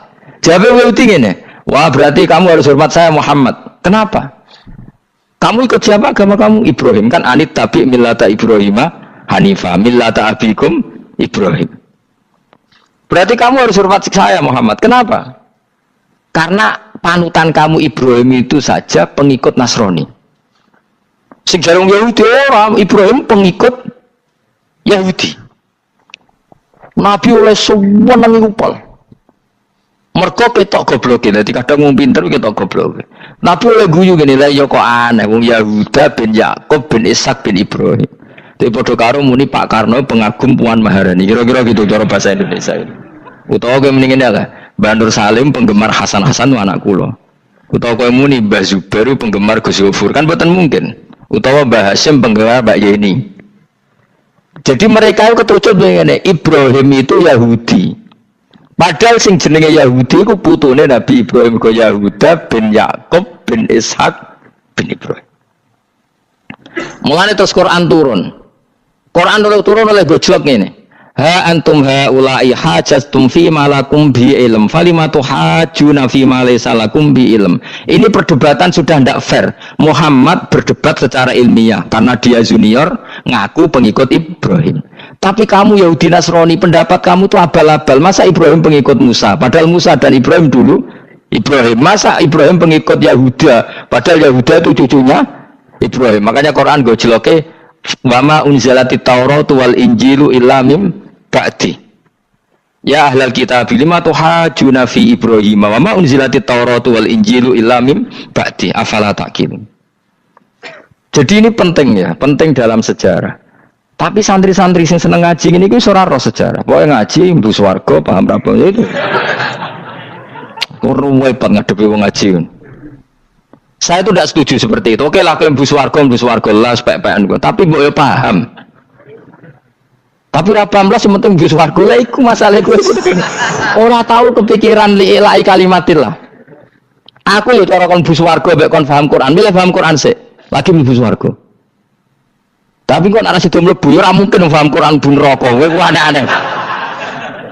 Maksudnya ku keton regani pangeran lah mlebu swarga iku keren ya mergo paham Quran. Ora kok koyo kowe sementing mlebu. Ora paham lah.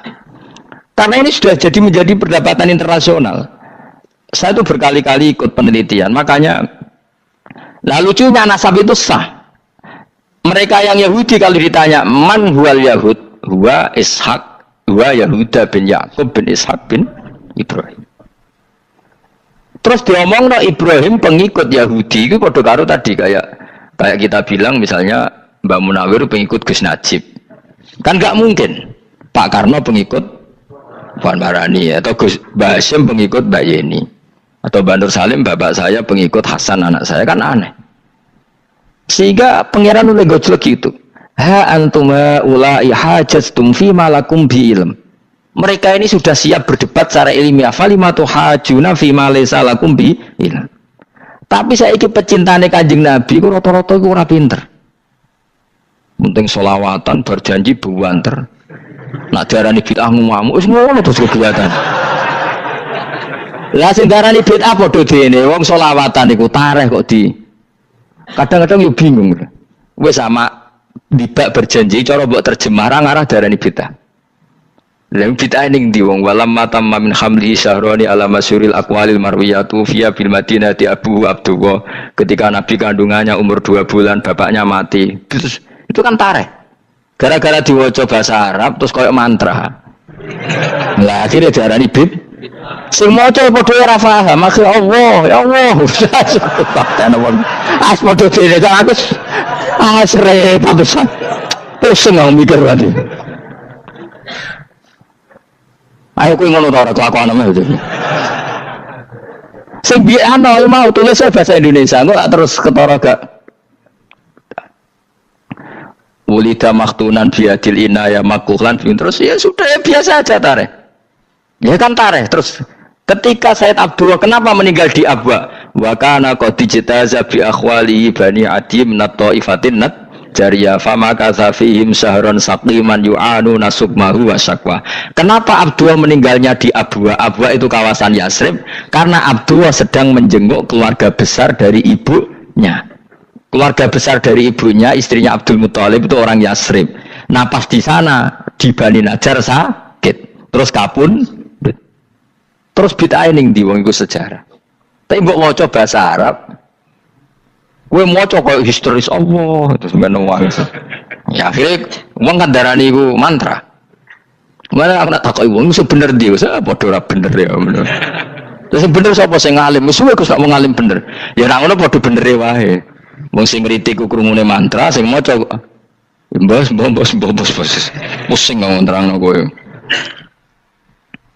Nah, problemnya agama itu seperti itu. Yang diikuti orang banyak. Itu di makamnya Nabi Dawud itu ya sudah wiridan ala Yahudi. Sama sekali. Saya sampai nangisi Nabi Dawud. Karena makamnya itu total dirawat ala mereka. Jogja juga ngalami gitu, Jakarta, Rembang nanti juga ngalamin gitu. Banyak raja itu wali, tapi waris-warisnya sudah nyuwun sewu orang abangan, terus misalnya dikasih sesajen. Orang ono yasine tapi mau sesajene mau apa kalau makamnya memutuskan seperti itu, penjaga makamnya itu. Mana kena ada di wali, tunggu anak putumu, muridmu wali, nak orang repot, guri-guri tiga sajen. Itu di Gunung Kawi itu ada makam santri, tapi itu gue sugihan biasa sih. Gue rugi nangis tenan. Banyak seperti itu, nggak usah ditua banyak. Nah, lalu makam itu terserah siapa bertanya, terserah yang rumah atau terserah statusnya zaman dulu. Nah, karena yang rumat itu berafiliasi ke Yahudi, terus mengklaim Ibrahim itu, maka Quran harus menerangkan maka anak Ibrahim Yahudi wala Nasrani, karena secara artefak, secara kesejarahan fisik itu sekarang dikuasai Yahudi. Jadi repot. Ya tapi itu ya sudah. Makanya kita kembali ke Quran dengan cerita tadi. Ibrahim tetap Abul Anbiya. Ibrahim tetap Muslim. Buktinya punya peninggalan Ka'bah. Nah, Ka'bah ini harus kita jaga. Ketika Ibrahim kita katakan ninggali Ka'bah, ternyata Ka'bah di situ sentral tauhid. Antahhiru baita lit-thaifina wal akifina waruka'is sujud. Ketika Ka'bah jadi sentral tauhid, maka kita akan mengatakan peninggalan Ibrahim pasti tauhid. Makanya Nabi marah besar ketika Ka'bah ada berhala banyak. Andai kan nggak dihapus oleh Nabi, maka berhala itu pun dianggap peninggalan Ibrahim. Dong tau nih? Dong tenan. Ya pinter nih, jadi maju lah. Mulane kowe aja geman ndonga saleh dhewe, ora cukup. Saleh saiki ora cukup, kudu ditopang saleh anakmu, saleh putumu. Apa artinya kita sekarang saleh kalau anak cucu kita tidak saleh? Pasti sejarah dibalik. Dan itu kalau dibalik yang meluruskan siapa coba? Ya coba yang bisa menjawab siapa coba? Misalnya soben terus ya sudah ditulis kacau lah kacau. Saya tidak bisa bayangkan. Makanya Nabi Isa, Quran menjelaskan Nabi Isa sebanyak itu. Karena sudah dikira oleh orang yang salah kalau Isa itu anak Tuhan. Sampai Quran jelaskan Isa itu begini. Soal tidak punya bapak, saya ini Tuhan, kata Allah. Gawe tanpa bapak mbok wae iso ya iku Adam, kok gawe tanpa bapak kowe geger terus aku mbok anggap bapak iku piye jare pikir. Sampai seperti itu. Karena wis kadung darane keliru, dadi mau ndak mau Quran kudu nerangno. Ibrahim juga gitu, wis kadung diaku kubu sebelah nak dekne iku Yahudi. Nasrani yo ngakoni. Akhirnya Nabi debat terbuka. Lah debat itu nek kakuati kudu adu pasut. Lah repote umat Nabi sing ra keramat wis akeh yo repot.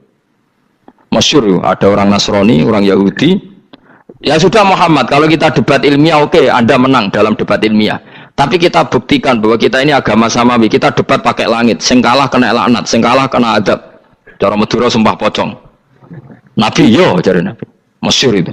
Faman hajjaka fihi min ba'di ma ja'aka minal ilmi faqul ta'alu nadu abna'ana wa abna'akum wa nisa'ana wa nisa'akum wa anfusana wa anfusakum thumma nabtahil fanaj'al la'natallahi 'alal kadhibin. Nabi dijak mubalah. Oh ya oke, kita mubalah. Nabi nimbali Hasan Husain. Cucu kesayangannya dipanggil Hasan Husain. Putri kesayangannya Sayyidah Fatimah dipanggil. Terus jari Kanjeng Nabi, saya berani adu pasut, taruhannya saya, anak cucu saya. Wong Nasrani mikir, wih, adu pasut anake dijak putune dijak mesti bener e.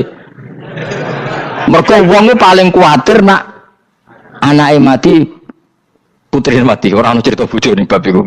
Bojo ora melok ora ora. Mulane kula termasuk kiai sing jarang lunga mbek bojo-bojo. Sakjane sering ora tau mlebu. Tapi kiai-kiai haji ya mbek bojo, umrah mbek bojo. Kula niku ya rada iskal. Jebule bareng tak takono sing dhuwit sing wedok.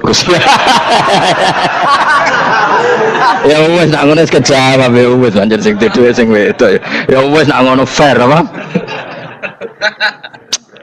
Riyen bapak kula kaji ya dhewean, bojo kula kaji ya dhewean, kula ya kaji dhewean, tapi aja tiru.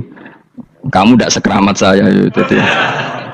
Kula nggih setuju sing gruduk wong loro karena ternyata tadi sing duwe dhuwit sing beda. Ya wis sesuai meneh. Tapi dalam semua riwayat memang abna ana itu Hasan Husain, Nisa itu Fatimah. Memang Nabi enggak ngajak istrinya. Nabi itu unik dalam banyak hal itu memang ya Hasan Husain sama Sayyidah Fatimah. Kenapa istri itu kadang nggak dilibatkan? Memang nggak seru, seru anak. Orang itu lebih menyayangi anak, toh nyowo coro Jawa. Bareng Nabi keluar, orang-orang Nasrani bilang ini wajah-wajah yang setiap mengetuk langit pasti disembadani. Terus mereka mundur, nggak jadi apa mubahalah, minta mubahalah ini dibatalkan. Berarti Nabi itu debat 2 kali. Secara ilmiah ya pernah, yaitu membuktikan kalau Ibrahim adalah pernah berdomisili di Mekah. Sehingga Nabi mengklaim sebagai turunan Nabi Ibrahim. Mereka tanya buktinya apa? Terus fihi ayatum bainatum maqamu Ibrahim. Orang-orang Yahudi Nasrani ditanya, itu apa? Jejaknya itu jejak Ibrahim. Mereka ngakui kalau Ibrahim pernah di Mekah. Artinya kalau pernah di Mekah zaman dulu kan nggak ada pesawat, nggak ada, mesti domisilinya lama. Dan itu artinya punya anak turun yang hidup di Mekah, yaitu lewat Ismail.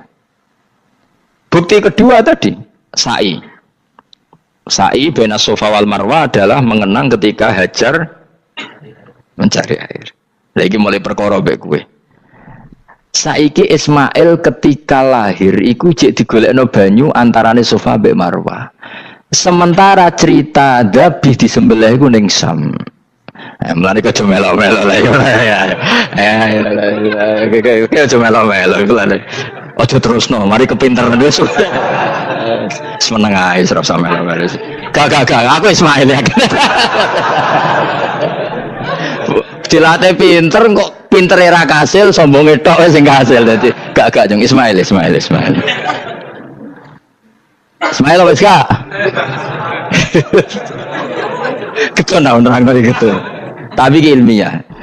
Ben kowe bangga de guru alim ya dadi ki ben nak gurumu gak main-main. Aku yuk krungu nak kaul aku iku Ishak tapi wis goblok ngono Ismail. Karena waman sadza finnar ora umume wong iku wis repot. Rasa diterusno dadi bukti empirik wis mengarah Ismail iku jelas uripe ning Mekah. Mergo wong Yahudi Nasrani lah ngakoni peristiwa Hajar iku ngakoni. Berarti Ismail urip teng Mekah. Akhirnya Rabi mbek suku Jurhum terus nurono Sayyid Adnan sak teruse sampai tok Kanjeng Nabi Muhammad sallallahu alaihi wasallam. Mulane dibak utawa manakib utawi napa berjanji. Niku pertama sing disebut abtadiul imla bismillah terus wa ba'du fa'aqul wa Muhammad bin Abdullah. Kenapa dibak berjanji lah ya. Kenapa nerangkan nasabnya Nabi Muhammad? Karena yang dipertanyakan Muhammad jadi Nabi turunannya siapa? Karena syarat Nabi itu harus turunan Nabi.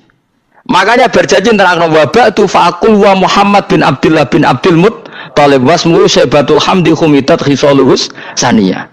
Dan masih terbukti di Ka'bah itu ada pintu namanya pintu Babu Bani Syaibah, yaitu nama lain dari banyak Kanjeng Nabi. Terus diterusno sampai wa'adnanu bila raibin intadzawil ulumin nasabiyah ila dzabihi Ismail. Iku partaimu. Mergo berjanjilah darani dzabihu Ismail. Alhamdulillah jadi terus kowe menang. Kenapa? Ya itu tadi, sakjane mbok diterjemah yang ini ketahuilah bahwa Muhammad punya bapak Abdullah punya bapak Abdul Muthalib punya bapak Hashim nama lainnya ini bin Abdi Manaf sampai Adnan. Ketika diterjemah itu jadi mantra atau jadi buku sejarah. Nambah waca Arab itu kira paham. Mantra. Mulane sing ngarapno ya bener pancen suarane suara mantra. Sing ngalalo ya bener karena itu sudah apa? Sejarah. Lah khilaf seperti ini sudahlah kita abaikan saja, kita suka damai, tidak suka konflik. Biasalah seperti itu. Tapi yang jelas perdebatan antar para nabi itu seperti itu. Akhirnya Nabi Muhammad ngurusno itu. Bukti Ismail itu pernah hidup di Mekah, adalah lahirnya di sini, pernah mengalami peristiwa ini. Dan sisa-sisa Ibrahim ada fihi ayatum bayinatum maqamu Ibrahim, yaitu batu yang pernah diinjak Nabi Ibrahim. Nah kenapa itu mesti Ibrahim? Karena nak wong biasa gak mungkin nginjak batu kok sampai bekas. Jajal kok yang nginjak nganti bolak-balik. Itu mukjizat, wong batu diinjak kok bekas. Terus Ka'bah sebagai pewaris Ibrahim ditulisi kalimat-kalimat tauhid sehingga kepastian Ibrahim itu bapak tauhid. Makanya Nabi Riso ketika bidirinya Ka'bah ada banyak berhala, nanti dikira berhala ini syariatnya Nabi Ibrahim. Makanya lah ketika berhala banyak, Nabi gak mau madhep Ka'bah. Nanti dikira nyembah berhala. Maka sama Allah dialihkan disuruh madhep Baitul Maqdis. Ketika berhala dihilangkan, Nabi baru disuruh madhep Ka'bah. Jadi perdebatan ini atau ilmiah ini harus kita kaji, kita pahami. Karena kata Allah, antum haula'i hajastum fi ma lakum bi ilm falimatu hajuna fi ma laysa lakum bi ilm. Nah, iswani debat kudu datane data ilmiah. Sementara mereka darani Ibrahim pengikut Yahudi, padahal Yahudi itu putune Nabi Ibrahim, yaitu Yahuda bin Yakub bin Ishak bin Ibrahim. Mestinya kan bahasanya Yahuda pengikut Ibrahim, aja diwali Ibrahim pengikut. Lah Nabi benar ketika takoi, Muhammad kamu ikut siapa? Saya ikut Ibrahim. Kan normal kan? Kalau junior ikut, mereka enggak. Ibrahim pengikut Yahuda, ya mau perkara Pak Karno pengikut Puan Maharani, Mbah Hashim pengikut Mbak Yeni, kan kacau kan? Lah itu terus Allah nggak jelek tadi, Muhammad kekasih kuis debat secara ilmiah, tapi kamu tidak ilmiah. Makanya lima tuhajuna fi Ibrahim wa ma unzilatit Taurat wal Injilu illa mim ba'di. Kok Ibrahim mbok arani Yahudi piye? Wong penanggalan Yahudi misalnya dimulai kok Taurat. Taurat Musa itu generasine sause Ibrahim. Tapi Ibrahim mbok arani pengikut Musa. Dong ya. Jadi itu masalah-masalah. Tapi ayat-ayat ngene iku ora populer. Kowe seneng ayat populer ya poligami fankihu ma tobalakum. Kowe iku sing ora alim lah wabal. Mergo di kepentingan apa? Poligami. Mbak wong sing seneng keramat, senengane dalil wa may taqilla Allahu makhruja. Tekan dadi wali kepingine untuk duit yang enggak terduga. Dadi uteke ku duit. Padahal syarat saya wali ku ora pati seneng duit. Tapi kepen dadi wali ben oleh duit. Jadi wis kenapa menjadi wali ben wa yarzuqhu min haitsu la yahtasib. Dadi uteke wis elek.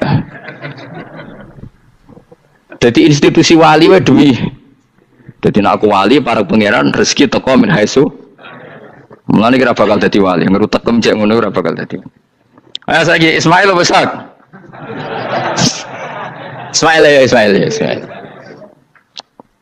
Aku ya getun, kadang alim kadang getun. Perkarane nyulayani apa? Mainstream. Tapi cara kula ya Ismail sudah tak bilang napa? Ismail. Oh, Ismail Iska Ismail. Nak cacile kan boleh sengguri. Yang jelas bahwa Ismail atau Ishak kaulani ono pendapat loro. Ya sudah, bukan arah Ismail ya Ishak. Tapi kabeh kitab itu menjadi setuju Ishak, tapi ben go. Aku kadang ya, aduh matane wong tenan. Ya sudah, pokoknya kaulani apa? Ada dua pendapat, yaitu Ismail atau Ishak atau malah kita alime to kowe. Ada dua pendapat. Oh. Jadi kesane macane kitab akeh ngono. Gak ngerti mau hasil ngaji ke bengi. Aduh matane wong, guys. Sabar. Ismail wis ya. Sekawe Ismail. Soale malah sing nguri. Wa tarakna alaihi fil akhirin salamun ala Ibrahim. Nah kemudian Allah menitahkan Ibrahim pasti kamu dikenang secara baik. Maksudnya tadi tiga agama semuanya mengklaim Ibrahim itu bagian dari itu. Jadi semua agama mengakui siapa? Ibrahim. Lah ya mbok gedhingi koyo ngono kersane pangeran panjenengan Ibrahim diakui tiga agama kan ya repot. Nah iya kowe ra cocok Ibrahim diklaim Yahudi, diklaim Nasrani, tapi kersane Allah Ibrahim itu orang atau sosok yang dipuji tiga kan. Ya wis kersane pangeran. Ini jelas kalau bersaksi betul di Hebron itu ada makam Ibrahim, Ishak, Yakub. Yakub karena nama lainnya adalah Israel, total di sinagog. Meskipun kita tetap kita pasti yakin kalau Yakub itu nabi dan tidak ada sangkut pautnya dengan keyahudian. Maka kita statusnya mengikuti Quran saja. Kalau status artefak atau fisik itu tinggal sing gawe makom. Gitu. Misalnya tadi Ibrahim karena makamnya di Israel, Israel dikuasai orang Yahudi, terus mereka tinggal saja ganti kafan ala Yahudi, dikemuli ala Yahudi, selesai. Waduh misalnya ono Zaid itu bawali bora, bawali tenan bora, misalnya di makam Wahabi sudah seperti itu. Hanya dikasih tanda di kepala, tidak ada jubah, tidak ada apa. Tapi kebalikannya misalnya, Ruhin mati anak putune juga kayak cungkup wali besar Ruhin ya terserah. Lah mungkin era kita masih konangan, era nice. Lho nak wali songo karuan ana buktine sejarah secara silsilah. Lah nak sing ra jelas-jelas iki. Mulane cara kula putune wali kudu alim biar urut. Lho saya itu punya catatan sampai Sunan Kudus meskipun lewat ibu. Lewat nasab ibu. Tapi supaya pentingnya tadi, saya masih punya kitab milik buyut saya ke-7 ke-8. Itu berapa coba? Berapa orang itu? Itu setiap saya buka itu langsung putus, saking lamanya kitab itu. Sehingga saya tahu itu tradisi nenek moyang saya. Enggak mungkin nenek moyang saya seneng keris, seneng jimat. Nyatanya yang goni lemari ini mau ana kitab. Mbon ana goni manane keris kan. Artinya ini penting. Ibrahim juga gitu. Ibrahim itu ngendikan dengan anak putune tinggalanku yo Ka'bah iki, sucikan Ka'bah dari kemusyrikan. Antohiro bidali taifina wal akifina war rukais sujud. Sehingga orang ingat Ka'bah itu ingat apa? Dipakai kiblatul musallin. Kiblatnya orang sholat. Lalu orang sholat itu orientasinya apa? Adalah tauhid. Berarti Ka'bah didesain untuk kiblatnya para ahli tauhid. Harus terus kita buktikan terus setiap sholat mustaqbilal kiblati dan saat sholat kita melakukan tauhid. Jadi terus sejarah berkesinam. Tapi andaikan sejarah pelakunya salah ketika Ka'bah dikuasai Abu Jahal Abu Lahab kemudian didesain pinggirnya Al-Ata dan Uz, maka seakan-akan Ka'bah jadi sentral kemusyrikan. Makanya ini penting. Jadi lalu sejarah ini gimana? Ya terserah pengelolanya kan. Mulane wali urip iku mesti didongakno wali mati. Mergo sing iso njaga khazanah iku wali urip. Paham sing kula maksud? Jadi ojo bayangno Mekah iku sok ben kalah. Nek Mekah kalah terus Ka'bah dikuasai Abu Jahal CS misalnya. Sing jenis maksudnya. Ora Abu Jahal tangi meneh mboten malah repot kabeh. Nah di sini ini pentingnya Quran. Alhamdulillah wong Islam diwarisi oleh Allah Quran, kitab la yatabaddal wa la yataghayyar. Kitab yang enggak akan rubah, yang enggak ada matinya. Sehingga suatu saat misalnya Ka'bah kok pinggirnya berhala, kita tetap nganggep itu tradisi yang salah. Mergo sing jenenge Ka'bah iku antohira bidali taifina wal akifina war rukais sujud. Ka'bah adalah tempat yang harus steril dari salah guna, dinggo kemus kan. Jadi barokah Quran sebagai teks yang enggak hilang, kalau suatu saat ada perubahan tidak seperti yang kita saksikan sekarang, kita ngikuti Quran. Misalnya Ibrahim, senajan makamnya di sinagog misalnya, Yakub makamnya di sinagog, kita tetap yakin mereka adalah ahli tauhid.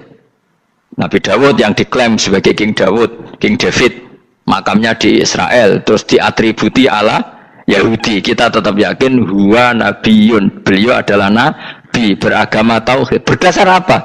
Ya berdasar penjelasan Al-Quran. Kalau berdasar empirik artifak ya terserah yang bikin. Dan ini ya. Di mulane kowe sing syukur ngaji sampai roh kaul loro Ishak Ismail wis ya sapa to sing mesti Ishak Ismail mau baru Ismail gak konsisten ben kok supaya anut wong akeh jangan anut wong akeh wis ngene padha ora roe wa tarakna abqaina ali fil akhirin sanan pengalaman hasanan kang bagus salamun te keselamatan minna sanging kita maksudnya sanging Allah ala Ibrahim ngatasi Ibrahim kadhalika mengkon-mengkon kabeh kama jazina kaya malas ingsun ing kabeh naji malas ingsun al muhsinina ing pira-pira wong sing nglakoni kaapian li anfusi maring awak dhewe ne wong akeh. Jadi orang dimulai melakukan kebaikan pada dirinya sendiri. Kalau dia baik pasti apa?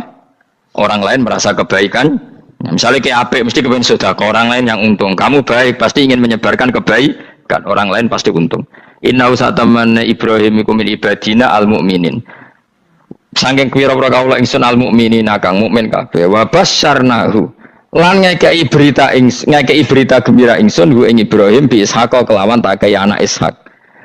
Ustudillah dikai dalil apa bidzalika klan do Ishaq ala anadzabiha ing atase sak temene sing disembelih kuwi ruhul ya anak Ishak. Dadi ana kaul sing darani pokoke ora Ishak. Ora Ishak sapa? Ya Ismail. Jadi Imam Suyuti ngotot Ismail, sing nyarai Jalalain Imam Sawi ngotot Iska. Iki partai Jalalain apa Sawi? Lu Jalalain kaose kadung kaos Jalalain dulu. Yes pokoknya Nara Ibrahim kan agak Ismail ya. Iska tidak mungkin yang lain iku wae sing ngono ae kok ribet. Sing jelas niku ana sing disembelih. Jenenge Nara Ibrahim, sapa? Ishak, Ismail. Sing nyembelih jelas Ibrahim, nanti ku jelas. Aduh. Repot. Jadi wong alim dadak. Kula nate maca mobil mangkel nganti saiki. Susah dadi wong waras, tangan-tangan kok. Ya ono bener e. Lah wong gendeng ora tau mikir. Jadi aku tahu dendam mbek tulisan mobil mesti tok-tok. Gelem ra gelem kan maca ning ngarepe. Susah dadi wong waras. Aku pertama eskal. Niku waras kok susah. Tanganan iya wong gendeng kan gak tau mikir. Mulane kena susah berarti waras. Nak ora tau mikir berarti. Jadi mau nak roh khilaf berarti wong alim. Nak ora roh khilaf berarti wong orang alim. Saiki wis roh khilaf berarti alim. Masa Rasulullah jadi nabi itu 23 tahun. Terus sampean ingin ngaji paham dalam 1 jam, itu keangkuhan. Jadi Rasulullah itu jadi nabi itu 23 tahun. Tapi orang ingin memahami Islam, nyewa kiai, diatur lagi itu kalau nggak pernah sepuh itu dosa, itu jelas itu. Itu 1 jam ingin paham. Saya punya sekian cerita ini Maulidur Rasul Shallallahu Alaihi Wasallam. Itu dulu zaman Nabi itu ada ayat yang Jibril jauh-jauh dari langit turun ke bumi hanya membawa 1 kalimat. Sehingga syarat seorang mufassir itu termasuk tahu pertanyaan kalimat apa yang hanya 1 diturunkan Jibril, yaitu kalimat minal fajr. Jadi dulu awal-awal Islam itu ada ayat kamu makan wakulu washrobu hatta yatabayyana lakumul khaytul abyadu minal khaytil aswad. Jadi kalau malam puasa itu orang boleh makan selagi melihat benang putih sama benang hitam itu belum kelihatan. Tapi kalau sudah kelihatan mana yang hitam, mana yang putih, berarti otomatis imsak. Itu sahabat entah saking lugunya, itu ya benar-benar pasang benang hitam sama putih, dia makan. Nanti 1 jam dari makan misalnya diintip lagi, kok belum kelihatan makan lagi. Mungkin yang istrinya cantik ya kumpul istrinya lagi, kalau tidak cantik ya sudah tidak usah mungkin. Sampai itu jadi perilaku sahabat berhari-hari. Ketika dilaporkan ke Rasulullah, Rasulullah itu tertawa-tawa. Kok ada begitu? Baru Jibril datang menerangkan minal fajr. Jadi benang hitam artinya masih malam, benang putih maknanya sudah fajar shadiq.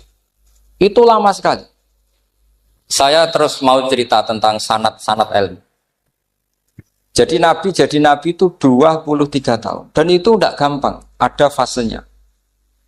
Bahkan ada fase Nabi itu harus as-sukut anil mungkarat. As-sukut anil mungkarat itu diilmoni oleh pakar-pakar usul fikih. Apakah as-sukut anil mungkarat itu berarti mengekrori kemungkaran? Apa takhirul bayan? Saya ulang lagi pakai bahasa Indonesia. Ketika ada kemungkaran, Nabi diam. Itu diamnya karena nyari momen untuk ngandani. Atau memang diam itu dengan tanda kutip jangan-jangan dianggap ikrar. Makanya ulama usul fikih itu berdebat. Diamnya Nabi ketika melihat kemungkaran di awal Islam itu karena ada mahwa aham, ada yang lebih penting yaitu menerangkan tauhid. Atau takut itu menjadi satu momok bagi mereka karena Nabi dianggap coro Jawa itu dianggap kecangkeman, sidik-sidik ngeloroi. Nah, perdebatan ulama dalam seperti ini itu penting sekali karena nanti menjadi satu rumus ilmu. Saya berkali-kali berpikir gini, misalnya Anda punya keponakan atau punya anak pacaran. Ada Pak D yang keras sekali, mesti marah. Itu nanti ponakannya nggak sempat dikandani karena main saja nggak berani, mesti Pak D itu marah. Karena ini Islam garis keras atau garis lurus atau apa nggak tahu. Pokoknya punya garis. Terus ada kelompok Islam yang nggak punya garis, ya nggak punya karakter. Ponakane pacaran ya santai, malah kenalan pacare ponakane. Cantile kuliah podo, sehingga ponakannya merasa terjustifikasi. Berarti pacaran nggak apa-apa, wong paman saya nggak marah. Natijahnya pasti sama. Yang terlalu mudahanah, yang terlalu baik, hasilnya tidak didik sama sekali. Karena seakan-akan mengakui bahwa itu tidak apa-apa. Yang keras sekali hasilnya juga sama, nggak didik sama sekali karena dolan we rawani, kapan didiknya? Nah kira-kira seperti itu. Yang nggak mau berteman sama orang-orang maksiat juga hasilnya sama, meskipun atas nama kebenaran. Aku mau kancan nang maksiat, ngotori. Hasilnya sama, nggak mau mendidik. Tapi yang mau ngancani juga bahaya kalau terlalu keseringan karena jute aku kenal kiai iki ratu diloroi, berarti gak popo kan gitu. Nah ini PR besar dalam umat Rasulullah Shallallahu Alaihi Wasallam. Tadi saya diceritani Mbah Jamal berjuangnya di sini, nata dari kampung yang macam-macam menjadi kampung baik. Dulu saya Duki di Lasem ya gitu. Mbah Mun dulu ya sarang dihimpit 2 kampung yang masalah. Tapi lama-lama terus jadi kampung yang baik lewat tarbiyah, lewat biasa.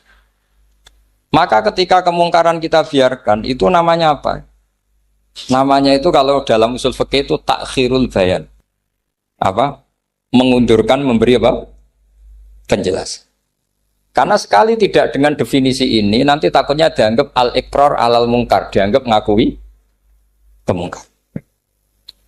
Nah, saya termasuk orang yang sangat usuli ya, sangat memahami Quran, hadis itu secara disiplin ilmu usul fikih. Nah, kenapa itu satu keharusan begini logikanya? Saya ulang lagi, Nabi jadi Nabi itu 23 apa? Itu yang menyokong beliau jadi nabi itu orang Nasrani dan orang Yahudi. Karena itu satu-satunya perangkat yang harus dipakai. NU belum ada, sama nggak usah GR bela nabi. NU pas itu belum ada. Maulid Nabi itu yang kangelan tuh Abu Lahab, bukan pengurus NU. Sampai sekarang dalil Maulid itu masih pakai Abu Lahab. Jadi ini ya NU itu termasuk organisasi yang luar biasa. Abu Lahab ya jadi dalil. Jadi Abu Lahab dengar kalau iparnya, Abu Lahab itu iparnya Aminah, iparnya Sayyidah siapa? Dengar Aminah lahir, nggak punya suami, saking senengnya, candalemnya beliau, itu dimerdekakan. Ya setidaknya untuk hari Senin tak sebut beliau, karena pas soleh. Nanti Selasa Rabu sudah. Itu dimerdekakan. Saya yang kiai kecil saja nggak bayangkan kalau pagi-pagi tidak punya anak dalam yang bikin kopi siapa, yang mencucikan siapa, yang nyapu rumah. Tapi Abu Lahab saking senengnya punya ponakan itu dikasihkan. Sudah Suwaiba kamu pakai saja. Sudah biar melayani kamu, ngurusin kamu. Jadi saya bayangkan hari itu Abu Lahab itu mungkin bikin kopi sendiri, nyapu sendiri demi. Nah itu sama Allah dikenang sehingga yukhaffafu anhul adzabu yaumal isnan itu masyhur. Idza kana hadza kafiron jaa dhammuhu bi tabbat yadahu fil jahimi muhal lada ata annahu fi yaumil isnaini daiman yukhaffafu anhu lisururi bi ahmada famadzannu bil abdil ladzi kana umruhu bi ahmada masruran wa mata muwahhida. Ini Abu Lahab yang kafir, format Maulidur Rasul saja dapat takhfiful adab, apalagi yang mukmin. Jadi itu satu-satunya dalil Maulid, itu dalilnya Abu Lahab. Ya makanya terus kita itu dibully sama kelompok sebelah, dalil kok Abu Lahab.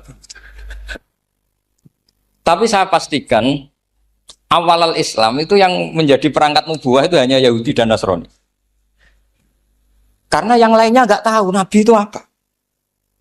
Saya beri sedikit cerita, Nabi itu umur anggap saja kita ikut kaul yang 12 tahun saja. Sebetulnya ada beberapa perdebatan, ada yang bilang 9, ada yang bilang 12. Tapi yang debat tidak usah didengerin, sama-sama nggak tahu kok ngotot. Kadang orang debat yang lucu, sama-sama nggak tahu kok ngotot. Anggap saja 12. Nabi datang ke Syam. Syam itu ya sekitar Syria, Lebanon, Palestina itu Syam. Itu pertama yang tahu kalau beliau Nabi itu ya rohib. Rohib itu terjemahnya ya pendeta. Rohib, Bukhaira nemuin Abu Thalib, itu siapa? Ini anak saya. Terus ditanya lagi, ini siapa? Ini anak saya. Sampai 3 kali. Terus sampai Abu Thalib itu agak tersinggung. Memangnya masalahnya apa kalau dia anak saya? Terserah Ibu Bukhaira bilang gini, semua alamat Nabi pada anak ini itu ada semua, kecuali kecelakaannya satu, anak kamu. Loh, memangnya masalahnya apa? Karena alamatnya Nabi di Taurat dan Injil itu yatim, sementara ini punya bapak kamu, ini masalah. Jadi dilihat macanya sudah memenuhi kriteria, semua memenuhi kriteria, kecuali satu, karena punya bapak Abu. Akhirnya Abu Thalib ngaku, enggak, ini tidak anak saya, ponakan saya. Akhirnya diketahui kalau ini benar-benar calon Nabi. Pertama yang tahu siapa? Pendeta.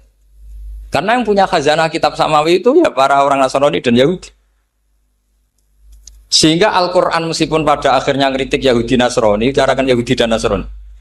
Karena satu-satunya yang masih punya kitab samawi itu Yahudi dan Nasrani. Meskipun sebagiannya sudah dirubah-rubah. Alamat pertama itu seperti yang diceritakan di berjanji afi ainaihikum, matanya dilihat. Terus perlakuan pohon. Saya pernah di pohon itu, pohon nubuah. Itu umurnya ribuan tahun. Itu kalau Nabi duduk misalnya di arah barat, matahari dari barat, normalnya akan kena kesetrong matahari. Itu yang rubah itu dahannya. Jadi Nabi itu orangnya lugu, duduk aja nggak mau mikir. Memang syaratnya Nabi itu nggak boleh mikir, harus ummi. Ummi itu lugu. Nggak boleh Nabi mikir besok makan apa, terus jabat apa, itu nggak boleh. Itu udah Nabi itu, maklar itu. Nabi itu nggak boleh mikir. Makanya Quran nyifati Nabi itu makun tata drimal kita bualal iman. Kamu itu tidak tahu kitab itu apa, iman itu apa. Jika Nabi itu nggak bisa jumpa pers, nggak bisa. Nabi kok memaklumatkan wah saya tadi malu, nggak bisa. Nabi itu justru bagus keliru pertama jadi Nabi. Nabi pertama ketemu Jibril itu dikira malakul maut, dia lari ketakutan. Zamiluni Khotijah, saya ini takut, itu tadi ada malakul maut, saya takut. Sama Khotijah dikemulin. Jadi Nabi itu nggak tahu kalau itu malaikat siapa? Jibril. Jibril nggak bisa dia kenalan nggak di seminar. Ini malaikat Jibril pernah kuliah di sini, nggak bisa seperti itu. Jibril itu ya aneh. Pertama ketemu Nabi, Iqra ya Muhammad, kamu harus baca ini. Kata Nabi, Nabi Qur'an, saya tidak bisa baca. Harus bisa. Dipaksa sampai 3 kali. Nabi terjawab, saya tidak bisa baca. Terus kata Nabi kenangnya, Tony, saya didekap. Kamu harus bisa baca. Setelah baca dilepas, Nabi lari pulang. Pulang terus bilang ke istrinya Zamiluni. Ini secara nahwu agak aneh karena mukhotobahnya perempuan satu, harusnya Zamilini. Kalau untuk perempuan harusnya idribi ya, unsuri gitu. Tapi karena Khadijah dihitung ahl itu keluarga, maka Nabi pakai khitab apa? Mudzakkar jamak Zamiluni. Jadi Nabi nggak tahu kalau pertama jadi. Karena syaratnya Nabi harus ummi. Justru karena ummi itu orisinil, semua yang dikatakan Nabi pasti dari wahyu. Nanti Nabi sampeyan mikir, saya besok ngomong apa ya supaya orang tertarik. Makanya kamu gak akan jadi Nabi. Selain sudah ditutup juga bahaya ini karena tadi. Makanya saya ngaji itu ya sekenanya saya tidak pernah ngaji itu mikir. Karena ngaji itu menarik enggak itu terserah nasib. Kalau nasib sedang baik, kamu tidak paham gini, wah Gus Bae ilmunya tinggi sampai kita tidak paham. Itu kalau nasib sedang baik. Kalau nasib tidak baik, ngomong sudah enak apa? Wah, sebulet tuh. Jadi sebetulnya ini masalah qalb. Allah yang muqallibal qulub. Kayak kamu kelihatan serius. Itu kalau nasib sedang baik dianggap pemikir. Kalau nasib sedang nggak baik, wong kok merengut terus, mesti begitu. Kalau kamu nasib baik, sering guyon, mesti orang komentarnya alhamdulillah itu ceria, gampang syukur. Kalau nasib nggak baik, ya ikut guya-guyu, jelas kan gitu. Sehingga Nabi itu memang nggak boleh mikir. Sehingga diistilahkan makun tadri mal kitab walal iman. Kamu itu tidak tahu Muhammad kitab itu apa iman. Justru itu bagus. Tidak tahu itu bagus kalau untuk Nabi. Kalau untuk apa? Sehingga orisinil datang ke Khadijah Zamiluni. Jawabannya Khadijah lucu. Kamu betul ketemu orang seperti ini ke makhluk seperti ini nih. Iya kata Nabi. Itu Khadijah itu kacaunya bukan main. Khadijah itu kacau. Khadijah itu kubro. Masuk manakib yang dicintai Mbah. Ini mbah-mbahnya Habib ini Muhammad bin Anis. Khadijah bilang gini, ya gini saja mas. Suatu saat kalau teman kamu itu datang bilang ke saya, ya kata Nabi. Gak ngerti kalau ini dites. Suatu saat Jibril itu datang lagi. Nabi juga, ini loh temanku. Kalau bilang Jibril itu ini temanku datang lagi. Khadijah fahasarat an fakhidhiha. Masyhur itu di riwayat. Apa pahanya agak dibuka. Mas, temanmu masih, weh lari katanya. Terus setelah lari ditutup lagi. Temanmu datang lagi, iya datang lagi. Absyir ya Muhammad, kamu harus senang. Itu benar-benar kamu itu nabi. Jadi Khadijah punya sekian definisi. Kalau nabi betul itu melihat apa malaikat betul itu melihat aurat itu pasti lari. Jadi dibuka. Ternyata Jibril lari. Khadijah ini tidak tahu, yang tahu nabi. Nabi ya nggak tahu kalau dites. Kalau nabi tahu, oh kok nggak enak dites ya. Jadi ini mungkin. Jadi Nabi itu gak tahu kalau dites. Mas, kalau temanmu datang bilang saya. Setelah pas Nabi sama Khadijah, Jibril datang. Masyhur itu fahasarat an fakhidhiha. Dibuka, temanmu masih mas, lari gitu. Ditutup lagi.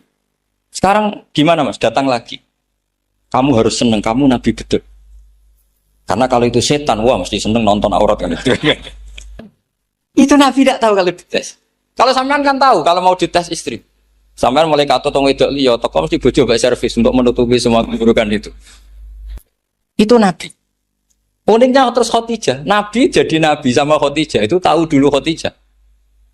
Nabi enggak tahu kalau mau jadi Nabi, tapi Khadijah tahu. Sehingga ketika umur 25 tahun Nabi sebagai pedagang, Khadijah itu ngirim mata-mata namanya Maisarah. Maisarah itu nama lelaki. Saya tambahin lagi, Maisarah nama lelaki. Nanti kalau kamu artikan nama perempuan, oh berarti Nabi kemana-mana punya perempuan. Enggak, Maisarah itu nama lelaki. Maisarah dikirim Khadijah. Terus gimana Muhammad di perjalanan? Tudhilluhul ghamamah tuti'uhus sahai. Kemana-mana dipayungi oleh mega, oleh awan. Sekian informasi ke Rasul, ke Khadijah itu dimasukkan semua ke Khadijah. Tapi betapa kecewanya Khadijah ketika Nabi nikah umur 25 tahun, Khadijah umur 40 tahun. Itu kok gak jadi Nabi. Itu mulai kecewa sido jadi Nabi tahu. Makanya ketika tahun ke-40, berarti Nabi umur 40, cerita ketemu tadi Jibril, sebenarnya Nabi gak tahu itu Jibril, gak bilang Jibril. Itu Khadijah senangnya bukan main. Karena apa yang dibayangkan dia terjadi. Fawwah la yuzika wa abadan innaka la tasilur rahim wa tahmilul kalla wa taksibul maqdud wa taqridu fa wa tu'inu ala nawaibil haq. Lah bahasa Pak Said Akil syarat jadi rais Suriah harus hafal katanya gitu. Sonono syaratnya jadi ulama. Saya ini jadi ulama sebelum di NU. Banyak kata Mbak Mun dulu guyon kiai ono loro, ono kiai sing ning NU, berarti kiai sik lagi ning NU. Ono sing kiai NU nak gak pengurus NU ada di kiai gitu. Itu guyonannya Mbak Mun. Akhirnya Khadijah itu sempurnanya bukan main karena pernah ragu 15 tahun. Kan dari umur 25 Nabi, kemudian nggak tahu bukti berikutnya. Makanya terus ini jadi Nabi enggak. Setelah umur 40 benar-benar Nabi, paginya diajak ke Waraqah bin Naufal, masih pernah paman sama Khadijah. Ya Ami, ini Ibnu Akhika mau cerita. Terus Waraqah ini Nasrani. Di kitab Bukhari Ro'an tanah sorofil jahiliyah wayak tubuh Injil bil Ibroniyah masya Allah ayaktub. Jadi Waraqah itu penginjil, pendeta. Tapi nanti loh kamu jangan salah paham. Terus kayak pendeta sekarang ada periode di mana Injil masih asli dan ada periode ini yang sudah muharraf. Itu kan dia itu lafaznya ulama. Akhirnya Waraqah tanya, kamu ngomong saja ya Ibnu Akhi, manggilnya seperti itu. Akhirnya Nabi cerita ketemu Jibril, sebenarnya beliau nggak tahu itu Jibril cerita. Terus kata Waraqah, hadan namus alladzi ja'a bi Musa. Masih pakai bahasa namus, hadan namus alladzi ja'a bi Musa. Itu namus semacam malaikat yang mendatangi Musa. Terus uniknya Waraqah bilang gini, wa iyudrikni yaumuka ansuruka nasron mu'azzar. Andaikan saya menemukan hari ketika kamu jadi nabi, akan saya bilang mati-matian. Kapan itu, paman? Khina yukhrijuka kaumu, ketika kamu diusir oleh kaum kamu. Nabi sebagai orang baik, makanya GR jadi orang baik itu ya boleh. Nabi sebagai orang baik itu tanya, awamu khrijiyahum. Kalau kiai-kiai mana nih, awamu khrijiyah ono ta iku wong sing ngetono ingsun hum ta kaumi. Masa saya nanti diusir kaum saya? Saya ini termasuk keluarga terhormat. Perilaku saya baik. Masa saya nanti diusir?